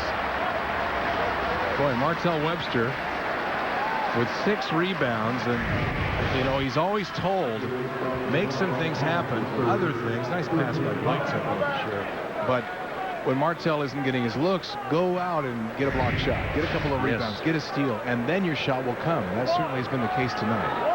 Yeah, as we said earlier in this game, 8 people had more playing time than Martell. And Martell's got to go out and demand it by playing well. Show the coach what you can do. He's doing that right now, and he's staying in the game. Too early to say this, but have we seen the end of the 3 guards starting on it? Roy goes baseline and jams. Oden was there to help out with the pick. And the spacing of the Blazers, excellent now, keeping everybody occupied, so it's one-on-one on Brandon Roy. A foul on Juwan Howard, holding on to Hollins, who was trying to set the pick. But again, all of this happened. It was on Oden, excuse me. Second foul on Oden. But all of this happened when Martell Webster lit a fire into this Portland offense. Absolutely. It just gave them a new beginning for Brandon Roy. By the way, Juwan Howard, all time, has 3,222 fouls. The guy knows how to foul. Sure. Only Shaq has more of the active players. Pesheroff to Flynn. Oh, there's another one. And Flynn will shoot a pair. Now Juwan has 3,223 fouls. And Juwan, you don't get a shot off. There's no and ones with him. You can get bruised going in underneath. Oh, look at this. Dante Cunningham going to get some minutes for Portland. And we've been waiting for this to happen. And we've heard the coaches the last few days saying that Dante is more and more ready for this kind of action. Now, Dante played 4 big years at Villanova. He's a guy that, you know, they've played in big game after big game. Now he just has to get relaxed enough coming into an NBA game. But he does everything well. He sets picks. He's a tough guy. He can make the open 15-footer. Boy, can he dunk. Roy leans inside. Brandon's come alive here in the corner thanks to his buddy Martell. Roy with 18 now. I wonder who Rudy's going in for. Martell Webster. Martell's hot. Not tired. He hasn't played that many minutes. Jefferson steps. Got away with the travel. Blazers were all trying to call it. Pesheroff. And then Jefferson is hit by Webster. He's trying to take the foul. It might be Presvilla, and it is. First foul on Joel. And a timeout on the floor. But Martell Webster having a quarter so far for Portland. And that's got the Blazers back on top by 7. Right now, money is flying out of your wallet, so you switch to Cricket. For just $45 a month, get unlimited talk, text, pics, and mobile web, plus national coverage. Call 1-800-390-8525 and get this Samsung for $49.99, plus your first month of service free. There's no contract to sign, no overages, and it's all on our 3G network. So call, click, or come into Cricket today and put your money back where it belongs. R-E-S-P-E-C-T. Respect for your wallet. Cricket. Take good care of her. You got it. Whoa. Joel's F-150 has sync technology. Check this out. Play rock music. Play Joel's favorites. Love like ours is hard to find. Called Coach McMillan. Hey, what's up, Joel? You ready for the game tonight? Joel, you there? Stop calling Coach McMillan. Attention, Progressive shoppers.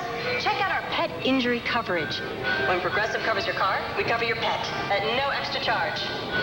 Oh, that's a cat. Protecting your pet. Now that's Progressive. Call or click today. With Progressive, getting the right insurance is simple. Check us out online. Or talk to a local independent agent like me. There's one of us near you. Either way, shopping is easy. Jinx. Double jinx. Shop on your terms. Prices vary based on how you buy. Trailblazers back on top by 7. Minnesota has led here in the quarter, by the way. Well, Blazer fans want to know where in the world our fans are wearing their Blazer gear. You can send a picture to us at the 4Fans page on Trailblazers.com. Ian Langenhausen and Graham Langenhausen in Holland this summer. A nice windmill in the background. Well, if you want to be life of the party this holiday season, check out Oregon Lottery's Life of the Holiday Party. Scratch it. Nothing like the $12,000 prize to get you invited back next year. Visit lifeoftheparty.com as we throw it down to Rebecca Harlow. Well, Mike and Mike, Blazer fans here are excited that Oregon just scored another touchdown in that football game, but I'm happy to report that the Blazers are executing the offensive game plan for the second half just as planned. I talked to Monty Williams, who said here in the second half, Minnesota doesn't have an answer for Greg, so we're going to try to get inside to him early, and with that, hopefully guys like Roy and Webster will step up. That's exactly what we've seen. Now, on the defensive side of the ball, Nate is saying he wants the guys to go for some easies. You know, this is an opportunity for them to go for some steals, get some rebounds, use that defense to generate some more offense on the other end, guys. All right, thanks, Rebecca. As Jefferson hits the first free throw. Last night it was Monte Ellis that got real hot. This Jefferson could do the same thing. He's that type of player. That knee injury slowed him up. But you can see he's rounding into form right now. He came over, of course, in the Kevin Garnett trade with Gomes came, and Sebastian Telfair came in that trade. He's no longer here. Under 3 to play in the quarter. Blake's played well tonight as a hop to his step against Flynn. Here's Roy, goes right past Wilkins. They bring help, though, and Jefferson. Portland swings it. Dante Cunningham, long 2, leaves it short. Prisbilla tips it up, couldn't get it down on the rebound taken by Wilkins.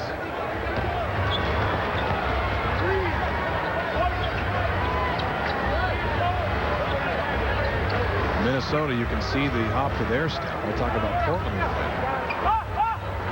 They're right in a ball game in the second half, and when you're 1-11, you got to take advantage of those opportunities. Foul going to be on Brandon Roy, his first. 4th team foul on Portland.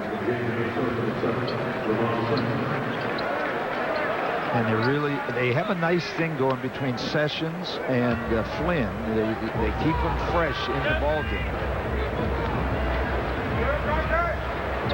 Sessions was kind of a hot free agent last summer. Steal, Rudy Fernandez. Zips a pass to Blake. Prisbilla running the floor. Would have had the dunk, but he'll shoot free throws instead. Blake was about to pull the trigger on that 3. Yeah.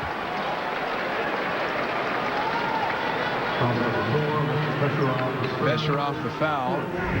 That is the 4th team foul now on Minnesota. Nothing new for Rudy. That's his 28th steal. He's number 1 off the bench in the NBA at steals. So he's just aggressive by nature. He gets out into passing lanes. That's not really the Blazers' defensive philosophy. They make sure that every shooter has a hand in his face. They don't create turnovers. They're number 28 again this year in creating turnovers, but a guy like Rudy does. He just gets after it defensively.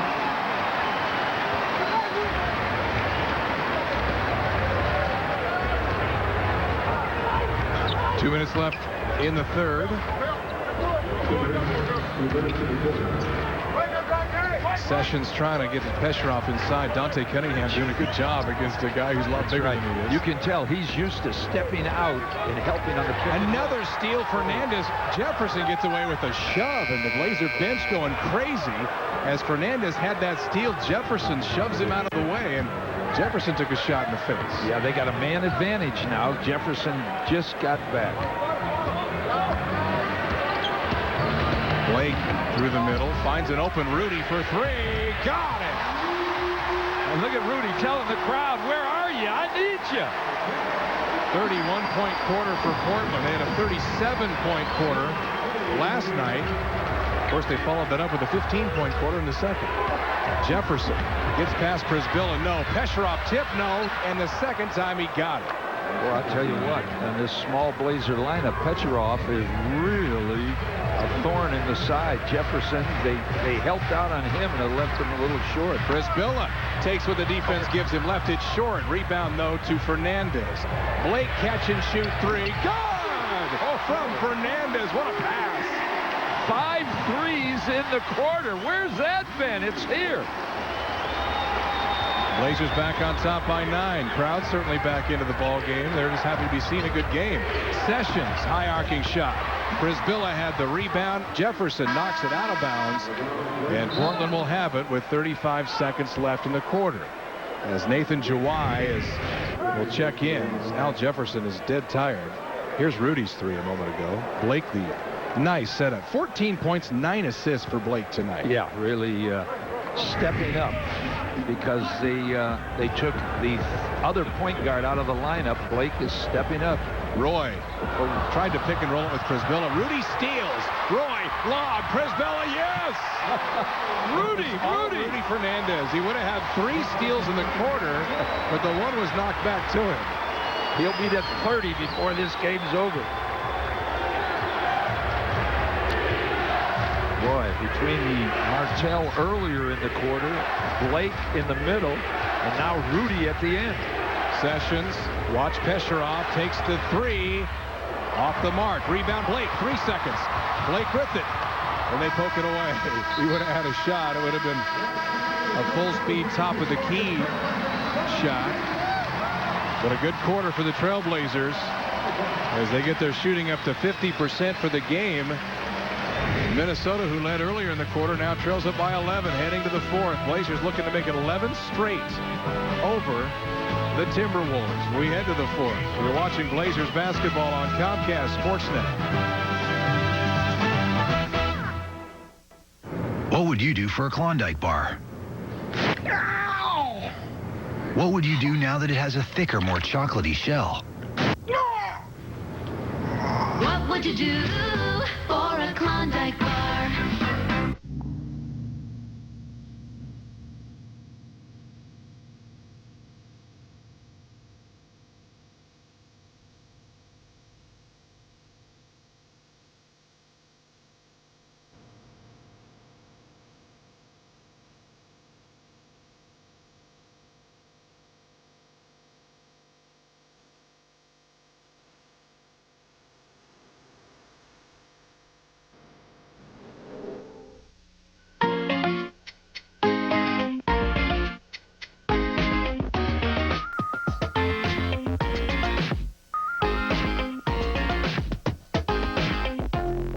You don't have to dig too deep to get the breakfast you love. And you can get a great breakfast every day for just $1. McDonald's Breakfast Dollar Menu. Fast, affordable, delicious.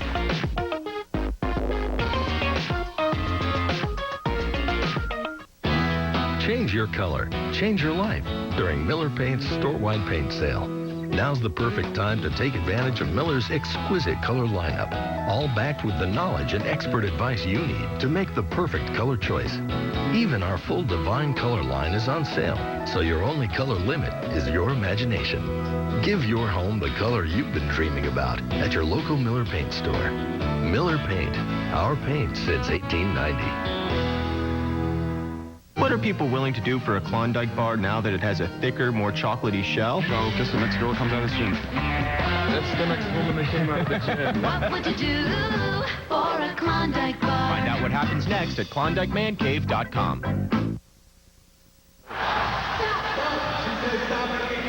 And back here inside the Rose Garden, Trailblazers leading by 11 as we head to the 4th quarter. Wells Fargo, the official financial partner of the Trailblazers. Together we'll go far. Let's also go to the next game. Game 2 of the 4-game homestand comes your way Monday. Right back here on Comcast Sportsnet and in high definition. As always, Blazers and Chicago Bulls.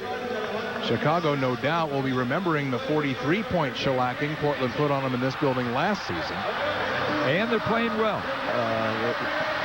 Noah is put on about 20 pounds of muscle. He's playing well. True player. Well, the officials have been reviewing this play here. It was after Jefferson got poked. Pavlovich picked it up, and it certainly looks See the like red light? the ball is in his hands when the light goes off. And they did indeed rule that there's no basket. So it's not 76-65. It's 76-63. They took it away. Now Mike Callahan in control of the situation.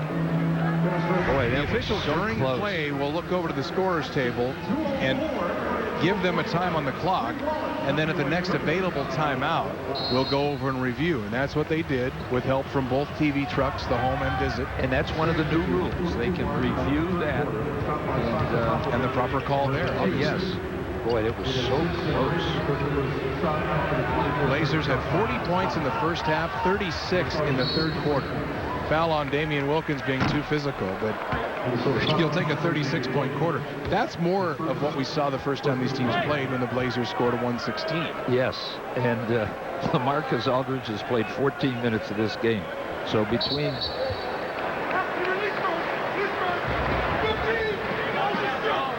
Foul's going to be on Nathan Jawai. That's going to be free throws for Prisbilla. Was the ball in? Well, that ball had not been passed in. It'll be automatic free throws, but I think Orlando's Pool is going to say it wasn't. They're talking it over right now. If the ball was in the air, they're saying it was. It had been passed. And now Nate McMillan changing the call. LaMarcus Aldridge back in the ball.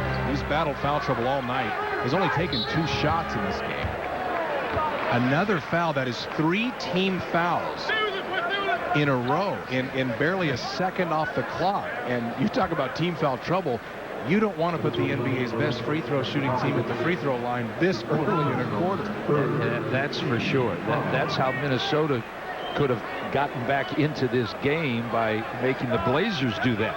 And now they're doing it. And they just held Rudy right there. They could have been foul 4. If you're Portland, be aggressive now. Aldridge being held by Pesheroff, now has it. Backing down, turns to the hoop and scores. Well, he's fresh. He's got fresh legs. 14 minutes. And immediately, that's why Nate's a good coach. He goes to the guy that hasn't had any flow in the game at all. Look at figure 8 play for Minnesota. Look at Rudy out there trying to get a steal. And there's a foul. Sometimes that inspires your teammates to get aggressive on defense. You know, he gets out there and now they pick up on it. Usually it's your point guard putting pressure on the opposing point guard. Pavlovich squares up with Aldridge. Prisbilla erases it.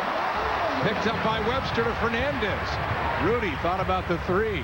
Martell doesn't think about the 3. He lets it go and hits. He feels it, and Fernandez, Rudy knew he felt it. Get him that ball. And Fernandez, as you said, about to take the angle 3, and then thought, I got a hotter guy on the floor who's had a heck of a half. And that's Martell Webster. 14 in the game. It's a 13-0 Portland run. Discover how Bimart can save you money today, every day, and especially the holidays at our open house now through November 25th.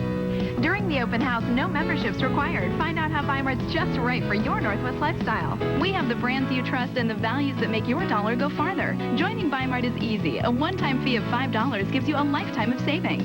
When you join during the open house, get a welcome package of a 2-liter bottle of Pepsi, Kettle Chips, and Welch's Fruit Snacks. Shop with us during the open house and find out why Bimart's just right for the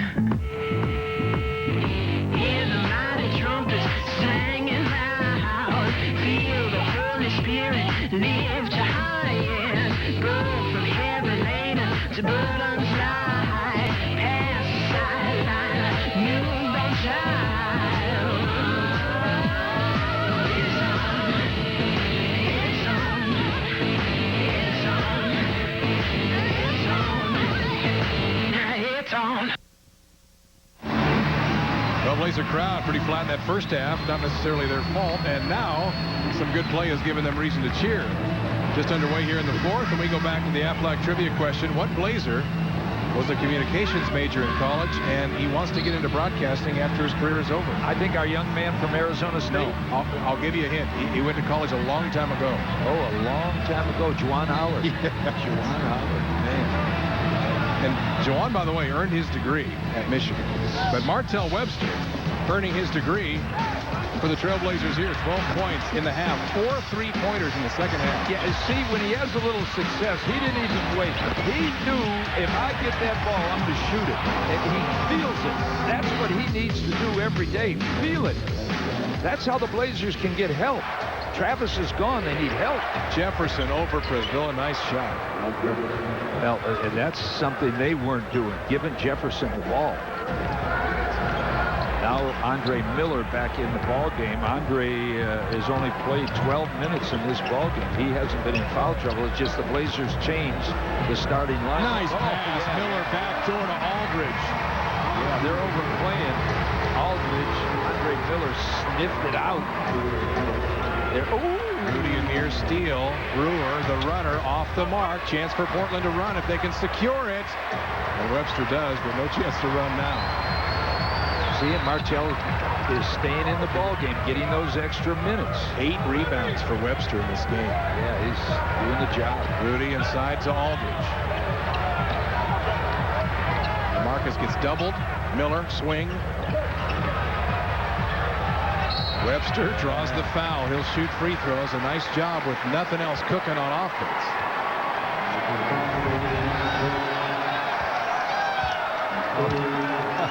Rebecca mentioned the Oregon Duck game a while ago. The Ducks have just beaten Arizona in double overtime, so that means Civil War. What a Civil War game it's going to be. The Beavs took care of business at Washington State earlier today. As Webster misses the free throw. You heard a little roar go up in the crowd here. Yes. And there's some people having their phones and listening and monitor. We have a monitor, of course. We've been keeping one eye, maybe a half an eye on that football game. And now the Rose Bowl in the balance. What are we doing? Maybe I'll go to that. Oh, I think we No, we are home. And we don't play. I mean, we're home and we don't have a game on Civil War night. Oh, and it's going to be nationally televised on a Thursday, isn't it? Yes. Okay. Well, it should.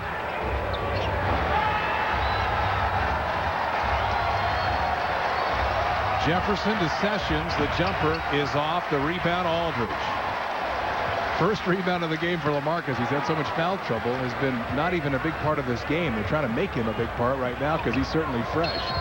Offensive foul, no. Defense is Martell Webster setting a big pick. Thought that could have gone the other way. It's Webster. Well, is the recipient, and that's 5 team fouls. So with 9:23 to go in the game, that is a long time to be in the penalty. And this is what happens to a team that has lost 11 in a row. They've lost 10 in a row to the Blazers. They get down on themselves when the other team makes a run. They can't make a run to come back. They're just beaten down so badly by losing that they just feel they can't win. And that's what Nate keeps talking about. You know, do the guys really know how to close games out in the fourth quarter? Do they know how to win? He's always talking about it. Well, Kurt Rambis is going to have to give some speeches along that line, too. This is now Portland's largest lead. They've taken total control. Flynn runs into Prisvilla. Joel will get the foul. Now, let me ask you a question I asked you a while back, but we didn't get a chance to answer it because of play on the floor. The 3-guard starting lineup, is it done now? Yes, with Martell doing what he's doing. Now, I'm sure Nate will take it game by game and look and see what the other team has to offer and what the Blazers offer with 3 guards versus Martell. But the way Martell is playing, you would hate to take him out now of the starting lineup. He's just now found his rhythm, found a role for himself. So, you know, you've got to play off that in the Chicago Bulls game Wednesday. So question number 2. Steve Blake, 14 points, 9 assists, 4 rebounds, 5 of 7 shooting. Is that also because of this lineup? Oh, yeah. You know, it's They've found a role for each other, and they know now they can include the big guys in there. Nice move by Jefferson. Wouldn't stay. Prisbilla just rips that rebound out of there. Caught a couple of Timberwolves on his way to do it. Here's Rudy. Look how they run after Martell now. It leaves Rudy wide open with LaMarcus. Andre Miller, the cutter. Skip. Rudy finds Webster.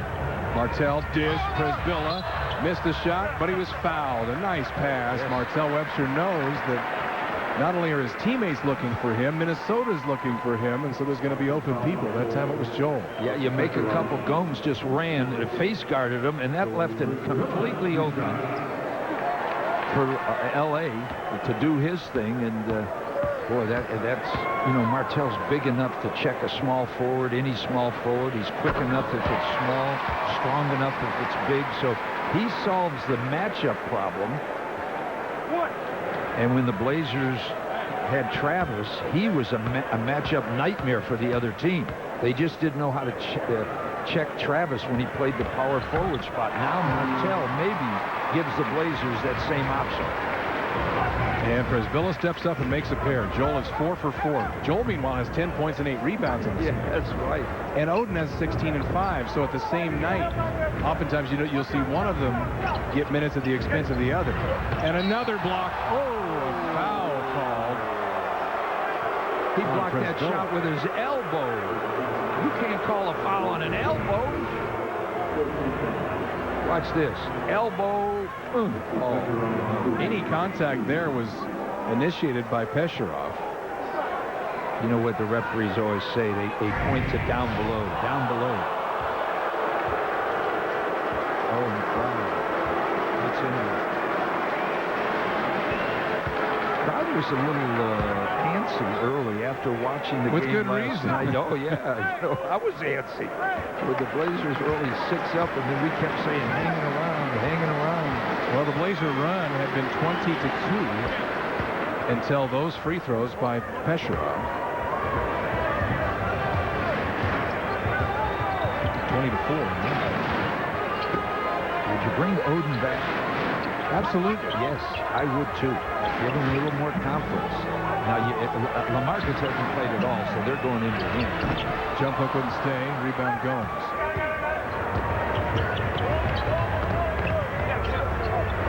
Johnny Flynn. He can do some things now. If he can dribble, obviously. Yeah.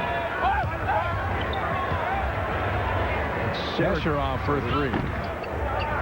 Webster. Yeah. Grabs the rebound. They let him grab it. That's 9 for Webster. And Prisbilla knows about hogging rebounds. The two of them laughed at each other. Foul Pesharov. Free throws for Aldridge.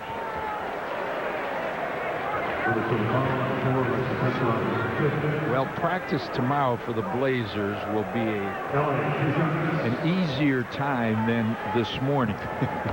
You know, the Blazers got in around 2:30 from San Francisco, and as you said, I got in at 1:15. Were you on a different flight? Well, I had to stop by and say hello to some friends. You know, there was tension in the air. I understand. Well, you said the Blazers got home. If you would have said you got home at 2:30, that would have made total sense. You know, don't drag me down to your level. Yeah, all right. But I'll tell you, you know, Nate called them together at 10 o'clock. Talk about perpetuating a stereotype. Let's stop doing this to yourself. Watch Jefferson now. He's the man. Ryan Gomes for 3. And that's off the mark. The rebound. LaMarcus Aldridge. I think this last 6-7 minutes brought new life to LaMarcus also. Webster against Gomes. See, he's not forcing it, Martell. Lob, Rudy, drop, Prisbilla. Joel, with 4 Timberwolves in there, will now shoot free throws. Unselfish play, though, by Fernandez. And it's good to see the Blazers smiling. They're passing the ball. Well, you said it, because as we talked about last night a little bit, there's the lob, and could have been higher. He'd have dunked it. Well, he could have just laid it in anyway. He was looking for the assist, but this hasn't been early in the season, and I guess that's the result of all the expectations, but it hasn't been much fun. And you get that feeling looking at the Trailblazers. There's been so much consternation and worrying about lineups and hand-wringing about what's going on, and 2 home losses already. But it's nice to see ball games like this as Joel misses a pair, where, as you said, there are some smiles on some faces. Yes. Flynn. Not sure if Joel got a piece of that or not. The 10 made 3-pointers by Flynn. That is a season high. And it all started when Martell started stroking. It just opened everything up. Yep. Oh, look at Rudy and the Brewer. Fernandez is kind of holding his ground. Brewer is trying to draw the foul. And Joel gets another block.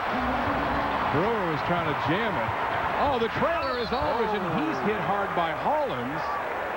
And LaMarcus will shoot free throws. Boy, Jason Phillips taking a long, Mike Callahan taking a long look at that. Yeah, because, that's what leads to, when you're... Look at Joel. What a block. Above the rim. Take a look again. Now, this is an NBA block. Oh, Joel Frisbilla.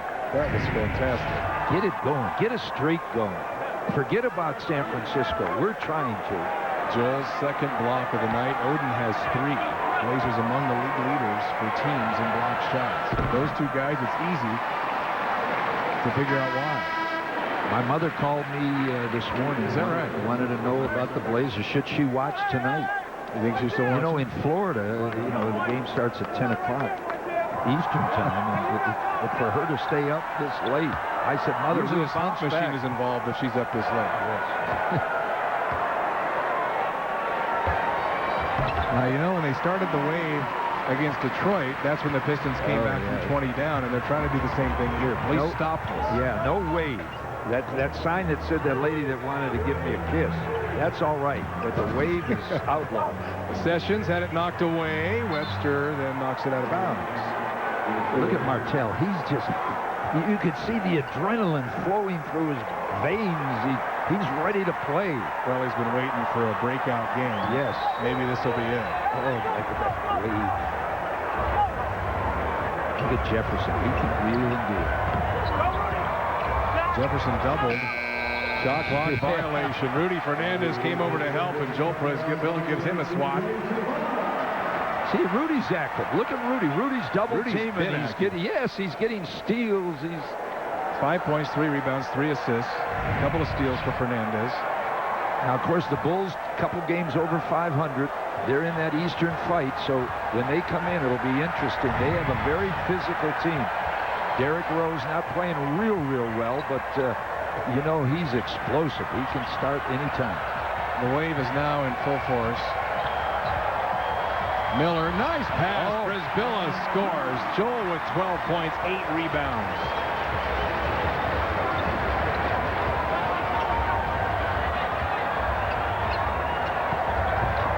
Dante Cunningham will check back in. Johnny Flynn has that come up short. There's the double-double for Martell Webster. First career double-double, but Martell came down awkwardly, and he's limping a little bit up the floor.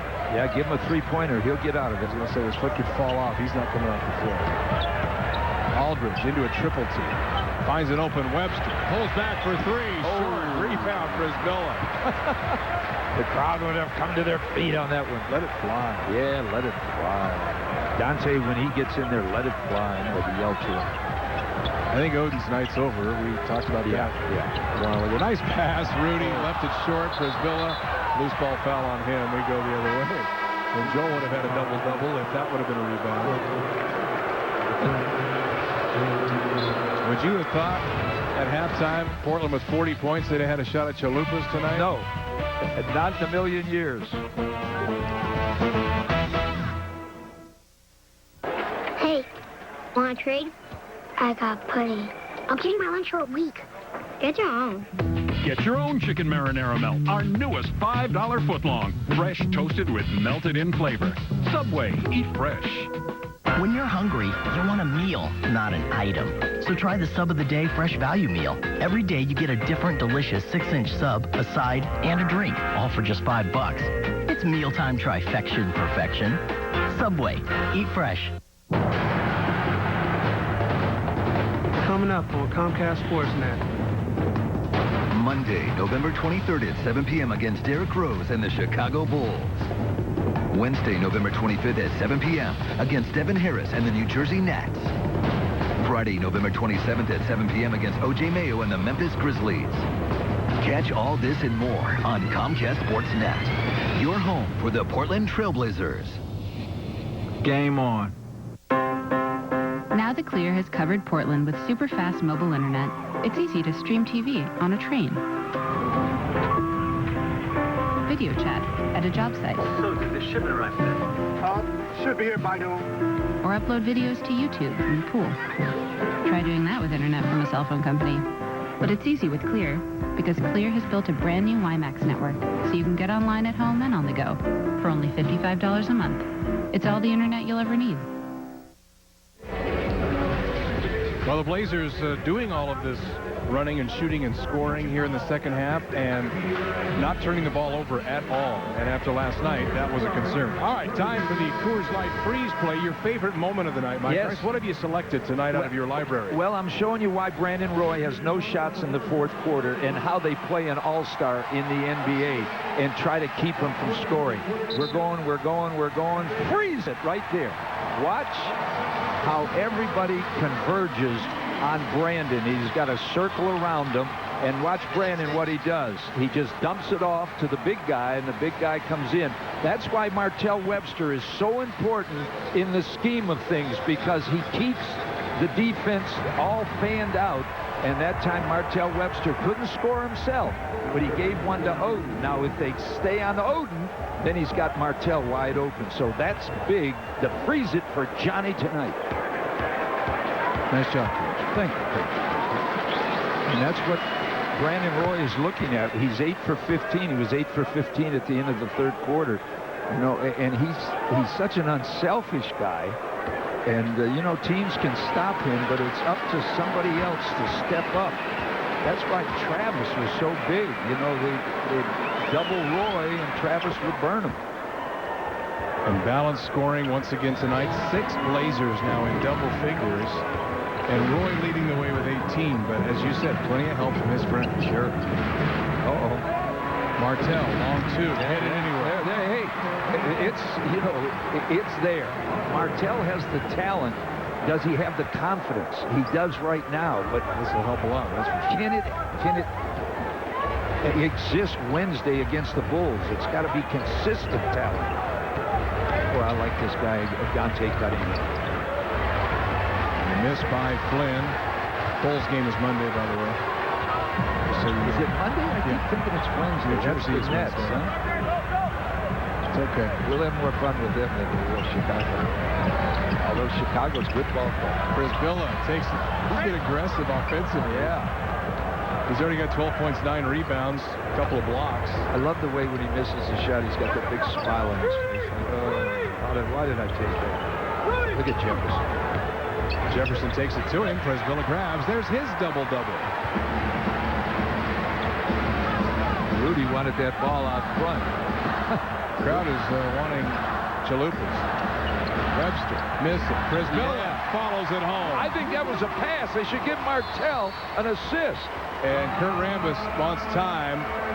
I'll tell you, we're going to chalupa it tonight. Yeah, it's just a matter of who. Yeah. And we'll take the break. 3:46 left in this one. Trailblazers running away, about to make it 11 in a row over Minnesota. Do you shop at Fred Meyer and use your rewards card? If you like earning rewards points, here's how to earn double points. All it takes is a Fred Meyer Rewards MasterCard. Earn double points at Fred Meyer, plus use it anywhere else, and earn a point for every $1 you charge on the card. It all adds up to a bigger rebate. The Fred Meyer Rewards MasterCard earns you a rebate 4 times a year that you can actually spend on what you need.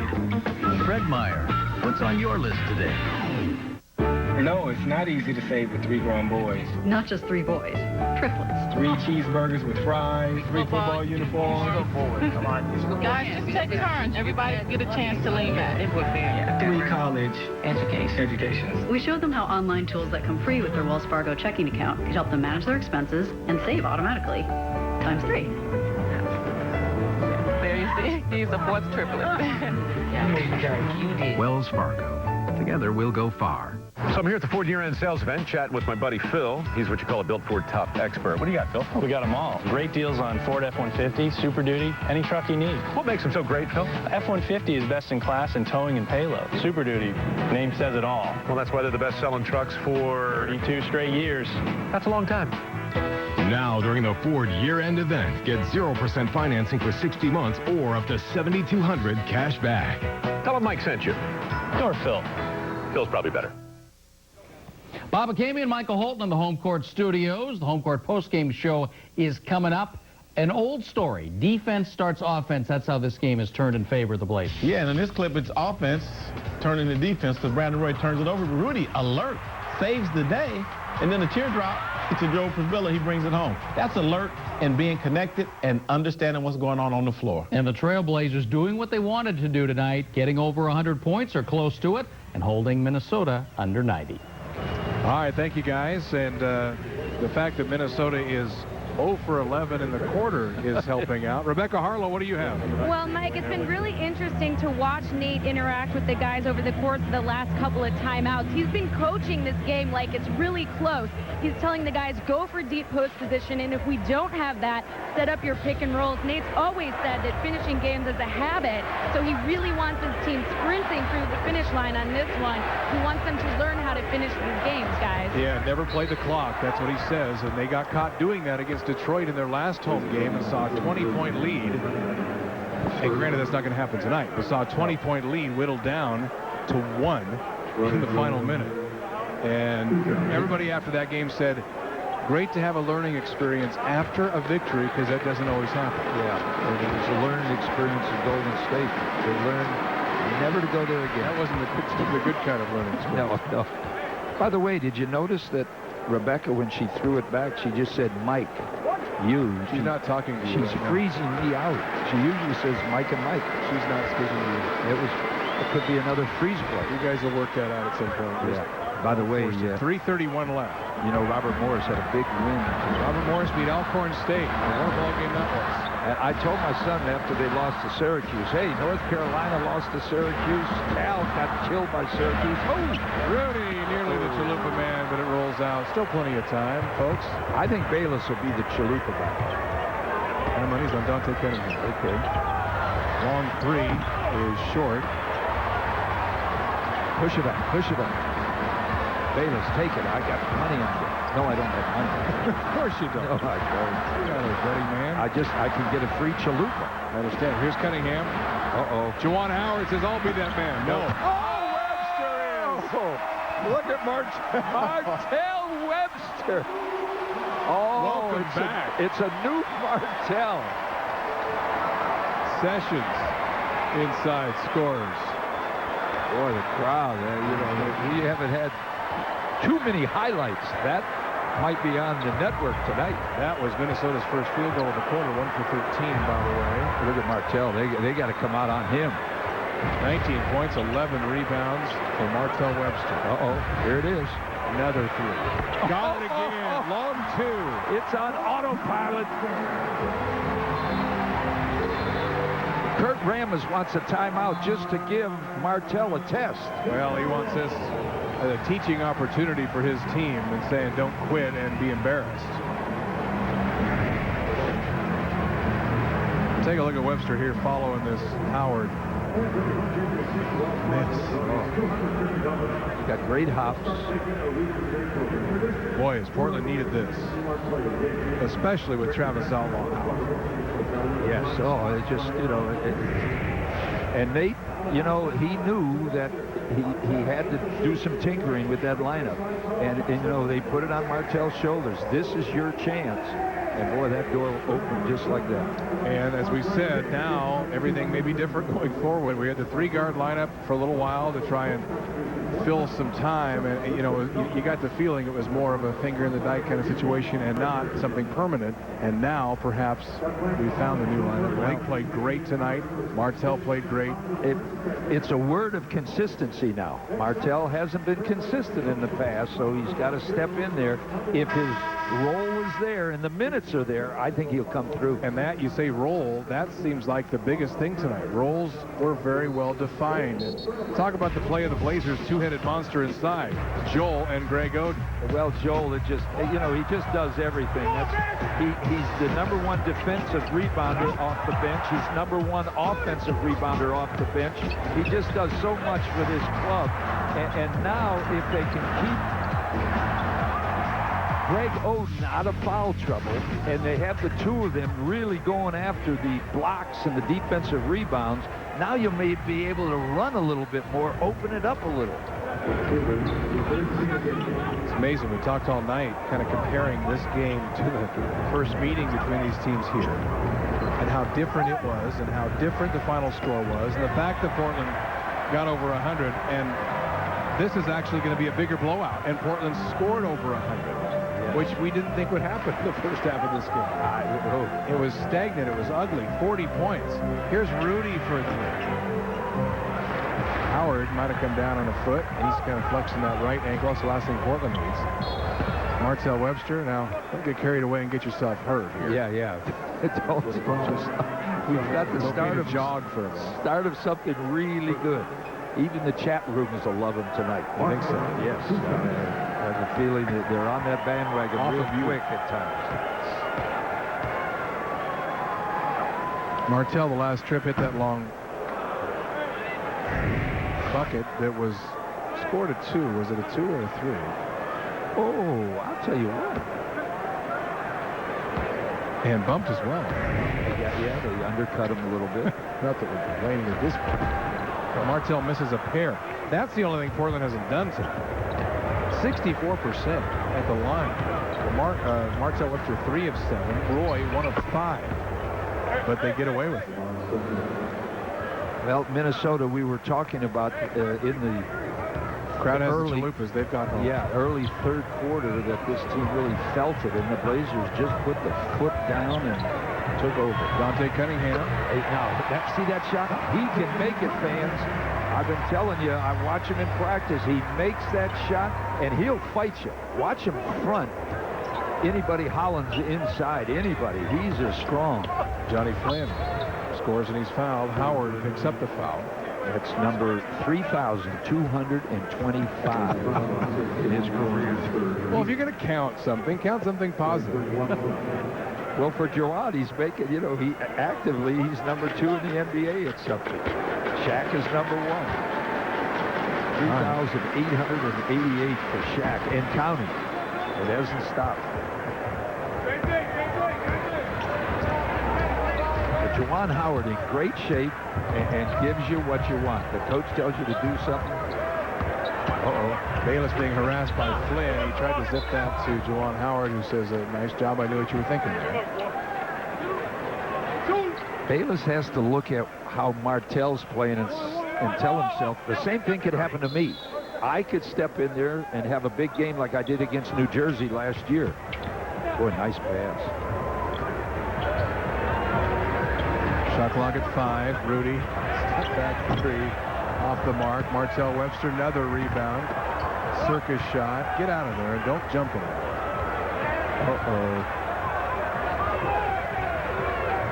We were half joking when we said, stop doing stuff to get yourself hurt. Yeah, and he's holding on to his right hamstring is where he's holding.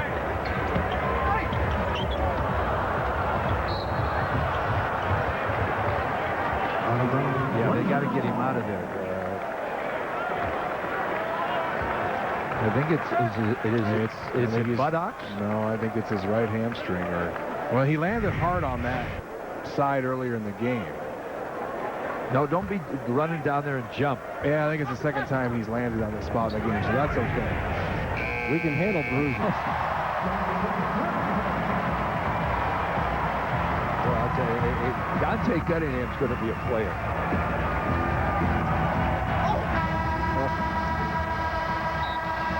And a fitting end, the Trailblazers have now made it 11 consecutive wins over Minnesota, and you'll see that final score and probably forget.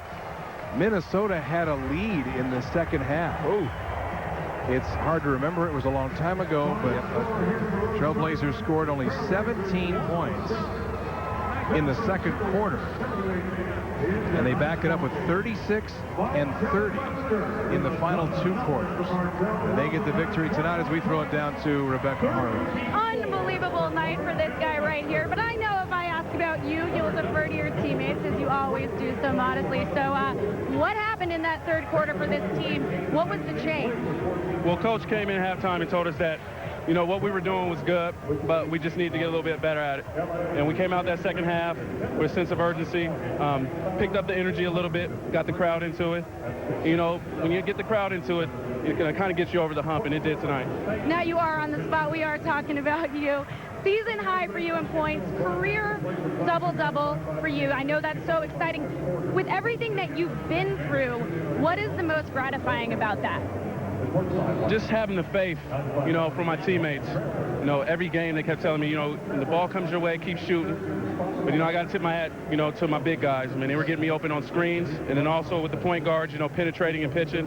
Found me in the corner and had that confidence in me to knock those shots down. So it really feels good, especially being in a slump, to come out here and, you know, and perform pretty well.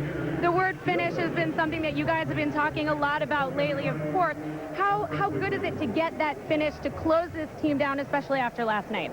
It feels great, especially that fourth quarter. Coach had mentioned to us after the first time out that we had no turnovers. And that always feels great, you know, to go in there and put together 12 minutes, and that's what we did in that fourth quarter. But, you know, like I said, I got to thank my teammates, man. They were playing hard and getting me open on screens and just feeding off of one another. So it really feels good. Congratulations, Marty. Thanks, Becca. Appreciate it. All right, thank you, Rebecca.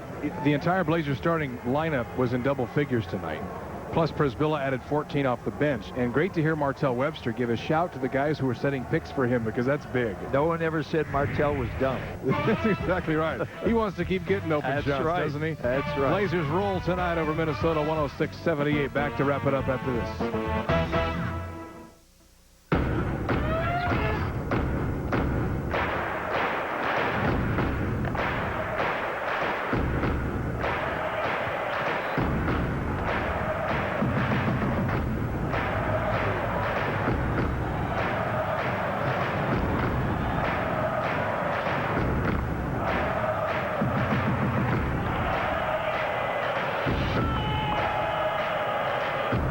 Gatorade. That's G. Hey, Duck fans. Who the best? Most complete? Ducks coverage around. Turn to Comcast Sportsnet. 10-5. This weekend on Comcast Sportsnet, catch an encore presentation of the Ducks football game against the Arizona Wildcats, Saturday and Sunday night, followed by a new episode of Oregon football with Chip Kelly. It all happens Saturday and Sunday night on Comcast Sportsnet. Your home for the Oregon Ducks. Game on. Hi, may I help you? Yes, we're looking to save on car insurance, even if that means we have to shop all day, right, honey? Yep, all day. Good thing you're starting here. We compare your Progressive Direct rate to other top companies, so you can save money. Look, You saved a lot. And quick, too. and no more holding our purse. It's a European shoulder bag. It was a gift. Shopping less and saving more. Now that's Progressive. Call or click today. Celebrating 40 years of Portland Trailblazers basketball. Blazers basketball has been brought to you by Wells Fargo. Together, we'll go far. By Les Schwab Tire Centers, where doing it right is what we do best.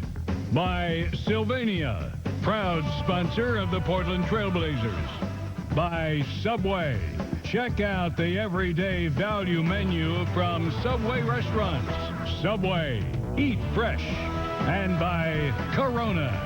Kick back and relax with a nice cold Corona and lime. Relax responsibly.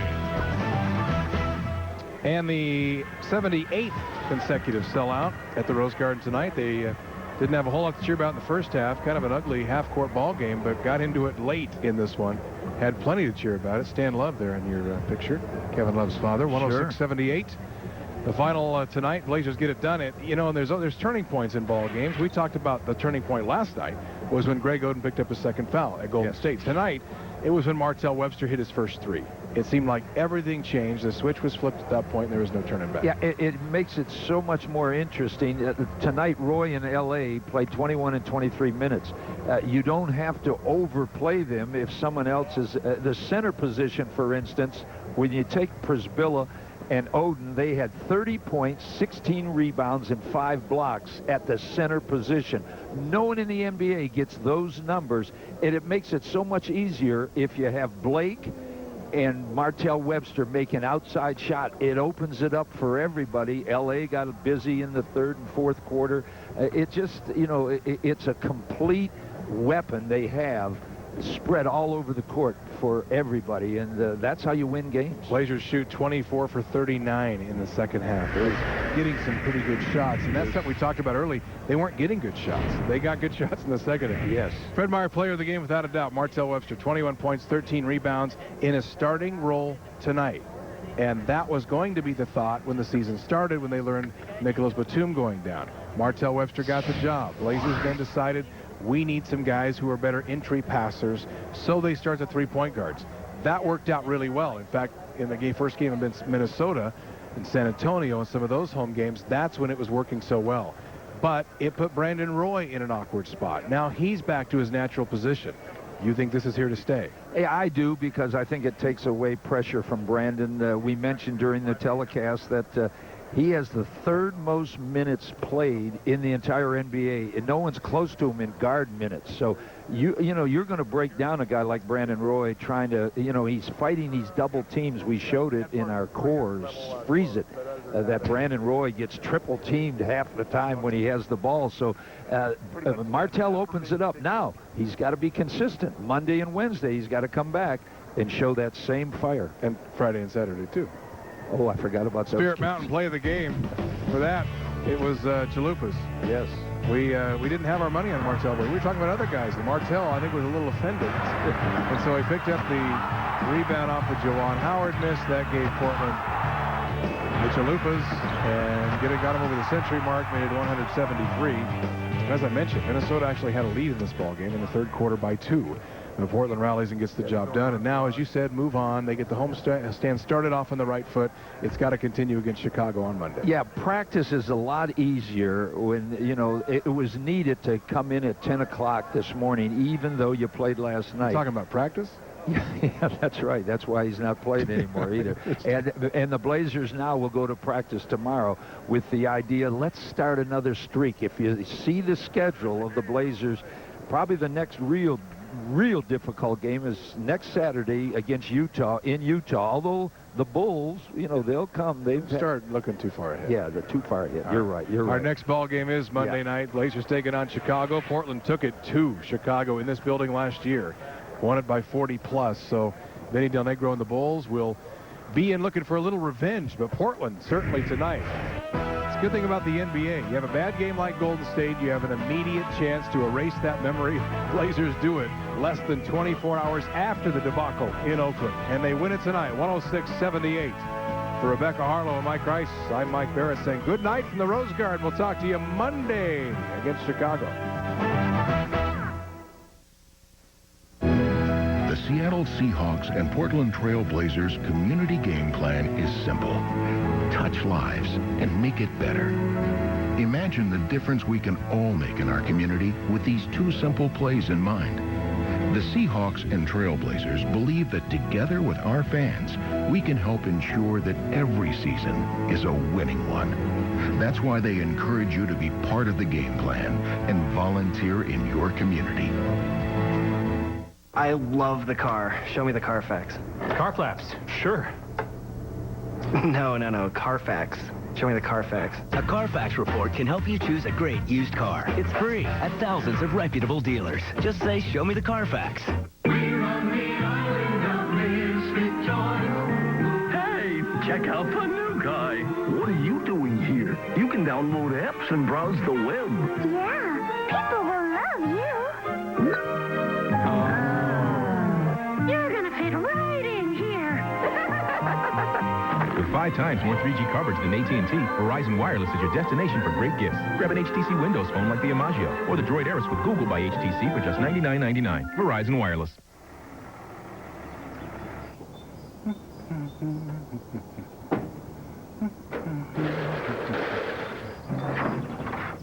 Hey, it's no big deal to get pure Northwest water delivered right to your home. Cold Kiss makes it easy. There's no long-term contracts, minimums, or drop-off charges.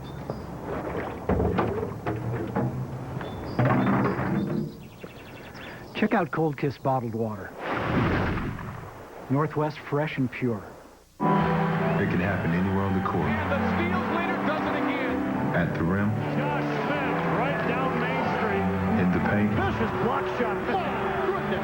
Behind the three-point line. Allen over Nolan. Even behind the basket. No matter where it happens, LeBron for three for the win. Yes! there's only one way to describe it. What are people willing to do for a Klondike bar now that it has a thicker, more chocolatey shell? So kiss the next girl that comes out of the gym. That's the next woman that came out of the gym. What would you do for a Klondike bar? Find out what happens next at KlondikeManCave.com. Welcome to the Portland Trailblazers postgame show. Brought to you in part by Stark's Vacuums.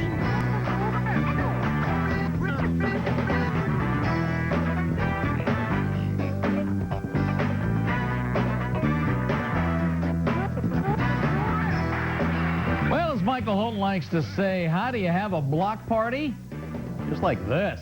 Joe Prisbilla from way behind, one of 5 Trailblazer blocks in a 106-78 victory over the Minnesota Timberwolves. Welcome into the home court studios for the post-game show. Defense, such a story in this series this year. Blazers have held the T-Wolves to 93 points, then 84 points, now 78 tonight. That's a good trend. That's a good trend. The Trailblazers came home not feeling good from Golden State. Take 2 aspirin, have an early shoot around, play the Timberwolves, you feel better in the morning. And as we bring Mike Barrett and Mike Rice back for one more hit from courtside, you know, we went back to talk about getting things back to normal. The Blazers wanted to score 100, wanted to hold the other team down, and they achieved on both fronts tonight. Well, and they defined their roles again, and I think that's the biggest thing the starting lineup did tonight. Got Brandon back to his natural position, and it's no coincidence Steve Blake played his best game in some time. Filling up different categories in the stat sheet, his three-pointers started to fall, and then when Martell started to hit, everything started to fall. Yeah, I think it was a little bit of fool's gold early in this season as far as the type of competition they were playing against. The defense looked good, everything looked good, but you know, we're around the team all the time, and we knew that Nate wasn't really happy with the outcome of everything that was going on. He hopes this move to put everybody, as you said, MB, back to their original roles. If Martell can step up and get that double-double, 13 rebounds, that's in itself big, and we talked about the center position between Joel, of course, and Greg. 30 points, 16 rebounds, 5 blocks. If you can get that, spread out that defense, and get the big guys involved like that, boy, that's gold. Well, and Nate's going to, you guys know, first thing he's probably going to tell Martell is congratulations now. I need to see it again before I tell you congratulations again. So consistency has been his biggest obstacle so far, and we'll hope that'll change this week. He'll get another chance Monday in the starting lineup once again. I'm sure that won't be messed with. Well, a new lineup definitely is a treat that bore fruit tonight, and hopefully the Trailblazers can build on it. Thanks a lot, guys. We'll check back with you the next time out. Looking at tonight's game from a challenge and opportunity standpoint, what the Trailblazers needed to do was they needed to not have scoring droughts, and they were reasonably consistent. The 17-point second quarter wasn't great, but there was an offensive explosion in the second half. Limit the Minnesota Timberwolves field goal shooting percentage. 38 is excellent. You hold NBA teams under 40, you're going to have a chance to win a lot of basketball games. On the opportunity side, get the ball into the paint. 38 points in the paint is a great number for the Portland Trailblazers. And then assists, when they share the sugar, everybody feels good about it. 28 assists, 28 helpers, that contributed to 50% field goal shooting percentage, and that's a good thing. And for those of you keeping score at home, that was 28 assists on 39 made field goals. The home court postgame show just getting fired up. We're going to hear from Nate McMillan momentarily. Rebecca Harlow will take us inside the locker room. And Michael Holt will be here to break down more of tonight's Trailblazer victory against the Minnesota Timberwolves.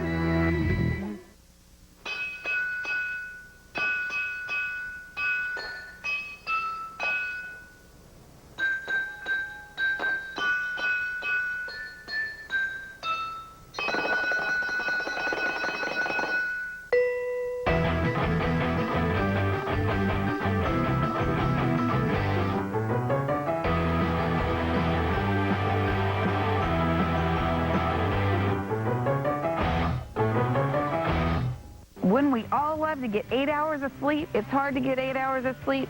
Cecilia says, get a better 6. A dog sleeping with us, or a good book, or even a good movie. And hopefully other things, too. They're sending us a Sealy Posturepedic queen set for just $3.99. Stearns & Foster for only $11.99 in a queen set. Come on in and save and get a better 6. If we can't beat the price on any comparable mattress, then the mattress is free. Not too late to sleep like a baby. Mattress World. Ode to new Subway melts. Your taste buds will be calling for more if you could hear them under all that bubbly cheese. The ooh-la-la-licious new chicken cordon bleu melt or the hot and melt-rageous Subway melt. Melted goodness made irresistible. New Subway melts. When you're hungry, you want a meal, not an item. So try the Sub of the Day Fresh Value Meal. Every day you get a different delicious 6-inch sub, a side, and a drink, all for just $5. It's mealtime trifection perfection. Subway. Eat fresh. There's nothing like seeing Portland basketball in stunning high definition. And there's nothing like watching the biggest new DVD releases on breathtaking Blu-ray. Bring home the best in home entertainment with the Sylvania HD LCD flat screen and the outstanding Sylvania Blu-ray disc player. Available today at Fred Meyer.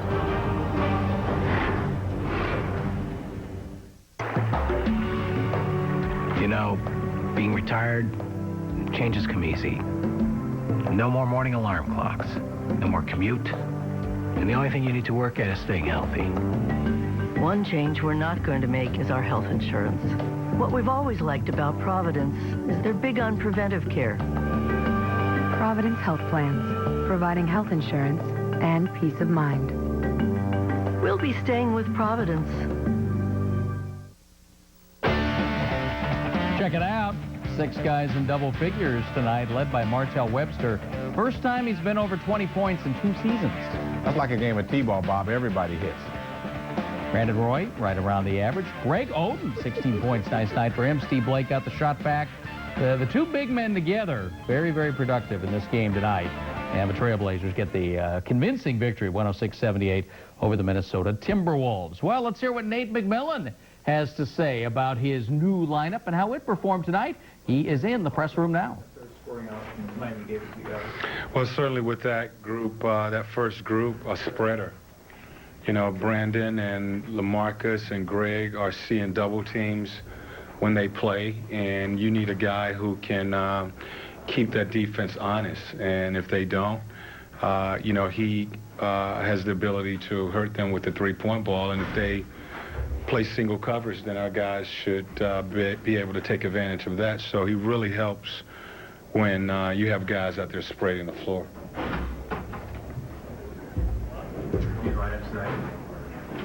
Yeah, I just wanted to get back to that lineup and, you know, get Martell in the game and, you know, get us a balance. I wanted to try and get Brandon some touches and get Andre with that second group running that second team. And I thought he did a good job tonight, you know, running some sets with Martell, and, you know, Bayless was in there for a little bit, Rudy, you know, that group. And, you know, I think it balances the rotation. And without Travis being in the lineup, I really need Andre to be more of a force with that second group. And what did you think of that? Well, you know, tonight, you know, he basically was just quarterbacking. He was running sets and, you know, looking for Rudy and Martell. And, you know, we had LaMarcus come back with that group.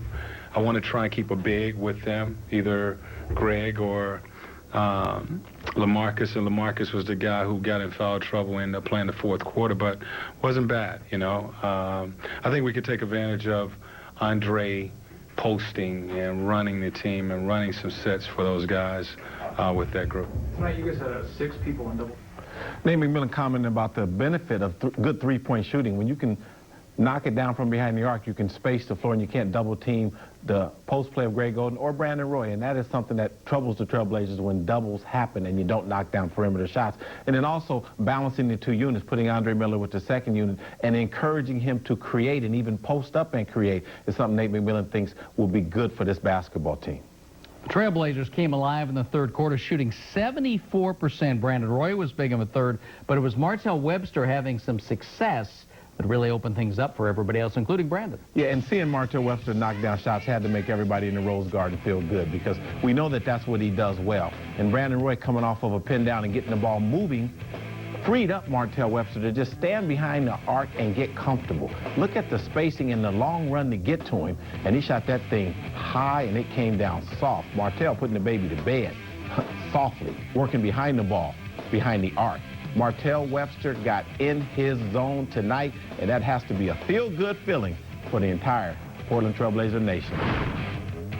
To the numbers, Martell for the game, I think the 13 rebounds is impressive as anything. He got a shot back. That's what he does. But when he does other things, you know, he's going to play against Llewellyn Dang Monday night. That's a good sign. He's athletic, and athletes don't have off nights. He swung from the rim, Bob, and that's a rebound and a basket. The Trailblazers now plus 63 for the year in the third quarter.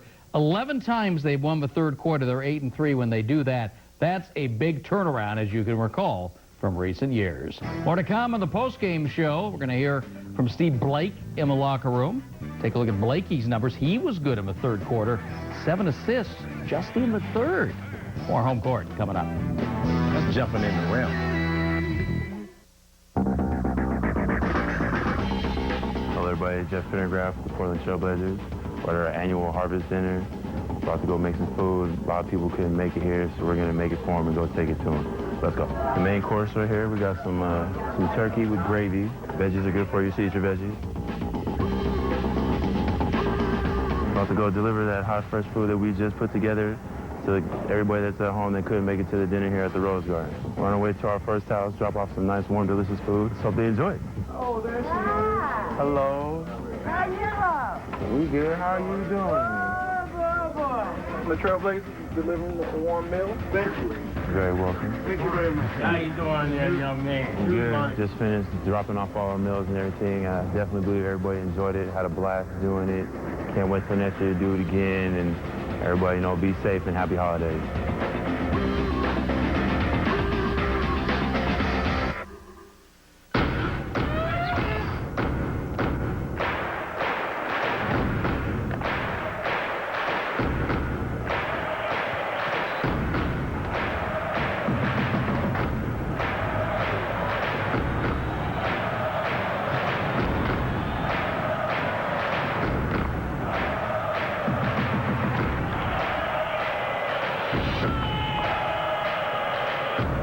Gatorade. That's G.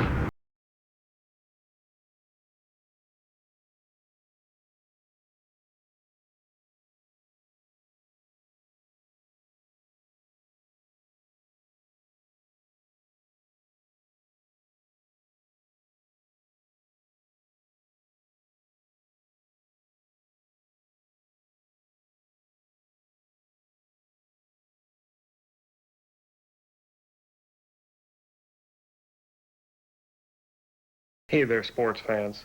So I'm sure by now you've been hearing quite a bit of buzz about this show called Talkin' Ball on Comcast Sportsnet.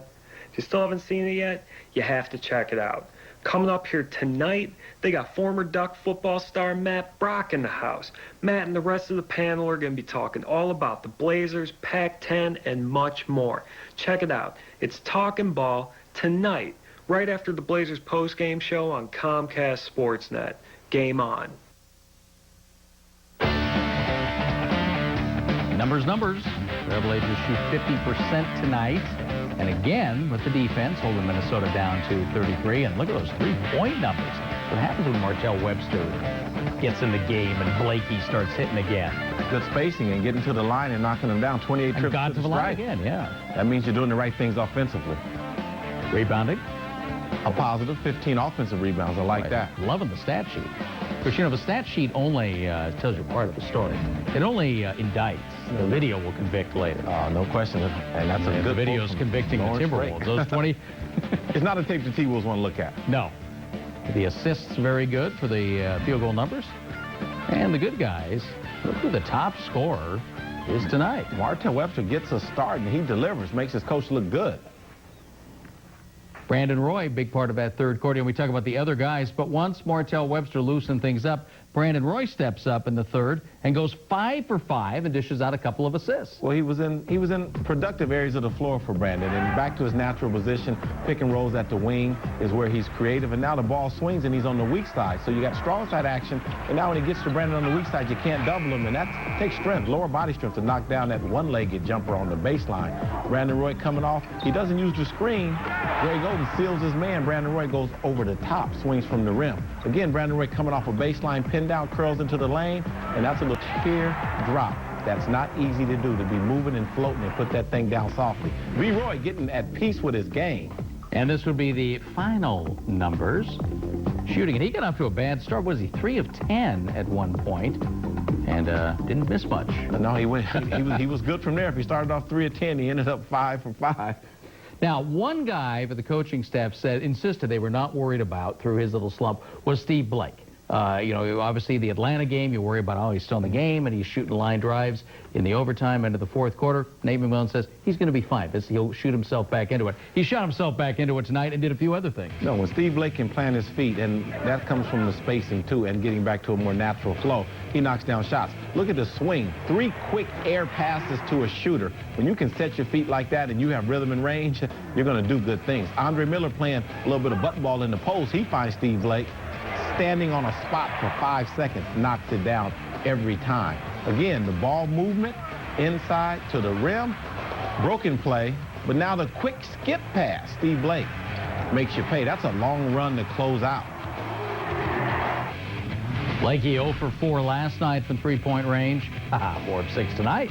So he turned it right back on, and he's that kind of guy. You don't have to motivate him. He's going to come out and do his thing. He's a pro, and the 9 assists is what I like. The ball moves, and when it moves for the Trailblazers, everybody benefits. Steve Blake talking to the media, and our Rebecca Harlow right now inside the Trailblazers locker room.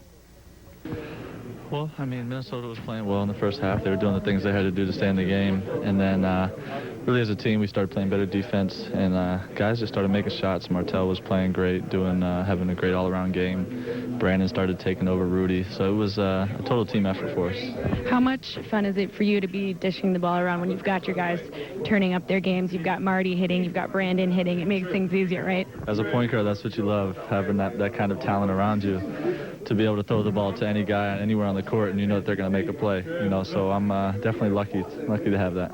I know last night was not the game you guys wanted to bring to the table. It's got to be nice that you can come out here, respond back with the kind of win that you were looking for. Yeah, unfortunately, we can't play our best every night. I wish we could, but I think games like the other night, you know, they happen. But it's how you rebound from them, and I think I was impressed with how our team came back and played strong tonight. Nate's been talking about finding a rhythm, flow on offense, lots of communication. Those are the things that he's looking for. Do you feel like you guys took a step towards where you want to be in terms of those kinds of things? Yeah, well, we did take a step in the right direction. Guys played their role really well. I think we had a good flow to our offense. The bigs were making great passes out of the post when they got doubled, and the guards were able to make plays with it. Thank you. Steve Blake with Rebecca Harlow. The big men rather prolific offensively tonight. I don't think you would have ever picked Greg Oden and Joel Prisbilla to combine to take 19 shots from the field, but you know what? When they make 12 of them and then do their rebounding and block thing, the shooting's okay. Yeah, and this ball moving in space, and that's the key. And Greg Oden getting deep post up. He wasn't a foot in the paint, but it's still a good operational area for him. And now Steve Blake draws 2 on the baseline and drops it to Greg Oden. He swings from the rim. Boy, I love it when that happens. Again, a look to Joel inside, broken play, but Joel hangs out, basket hangs a little bit, and gets an easy one. And what the centers are doing, Bob, they're combining for offense and defense. And Joel, the league's only dunk blocker, resides in Portland. He's not just a shot blocker, he's a dunk blocker. He's a dunk blocker, and there's not many of those. I don't know another one in the league that will go after your dunk. Between them, by the way, the duo in the middle had 5 block shots and 16 rebounds, and only committed a total of 6 fouls for those by Joel. Well, these are coming home, Mom. These are for you. Don't give them all to Mom. Give me a stack. Mom did over 200 last year. You get your own stack here. Okay. It is time to vote, and look at our All-Stars tonight. Look at the performances. Brandon Roy, Greg Oden tonight. We got 4 guys to get in the All-Star game in Dallas. Actually, they're going to be in the new Cowboys Stadium, which will be pretty interesting in itself. I think we need to go to the All-Star game this year. Check that place out. Let's don't say we did.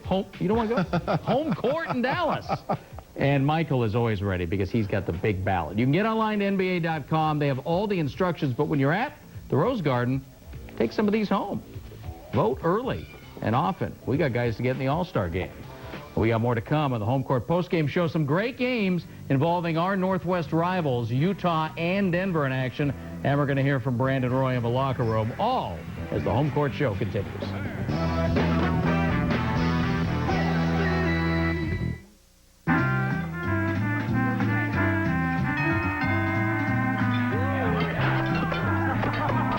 The mistletoe opportunist.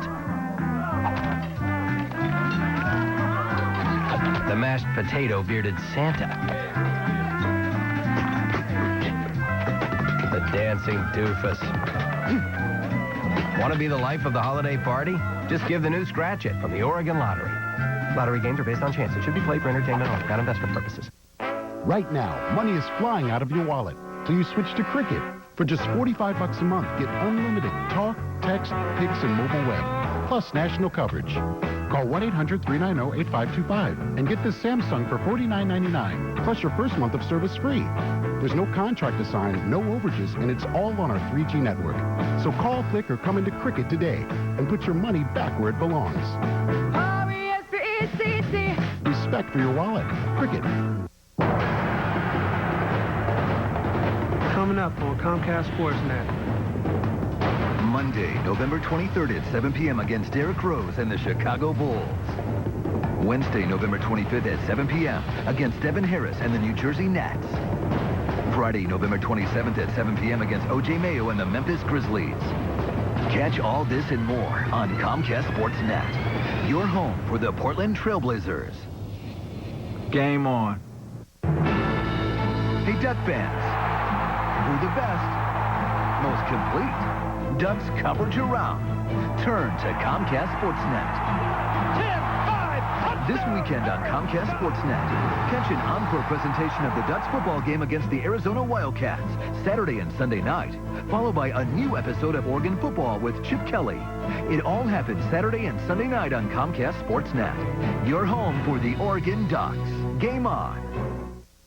The road ahead is at home. How about that? Next 3 games at the Rose Garden. Come out and see us here on this Thanksgiving weekend. We got family in town. Some great action. Monday is going to be really interesting with Chicago.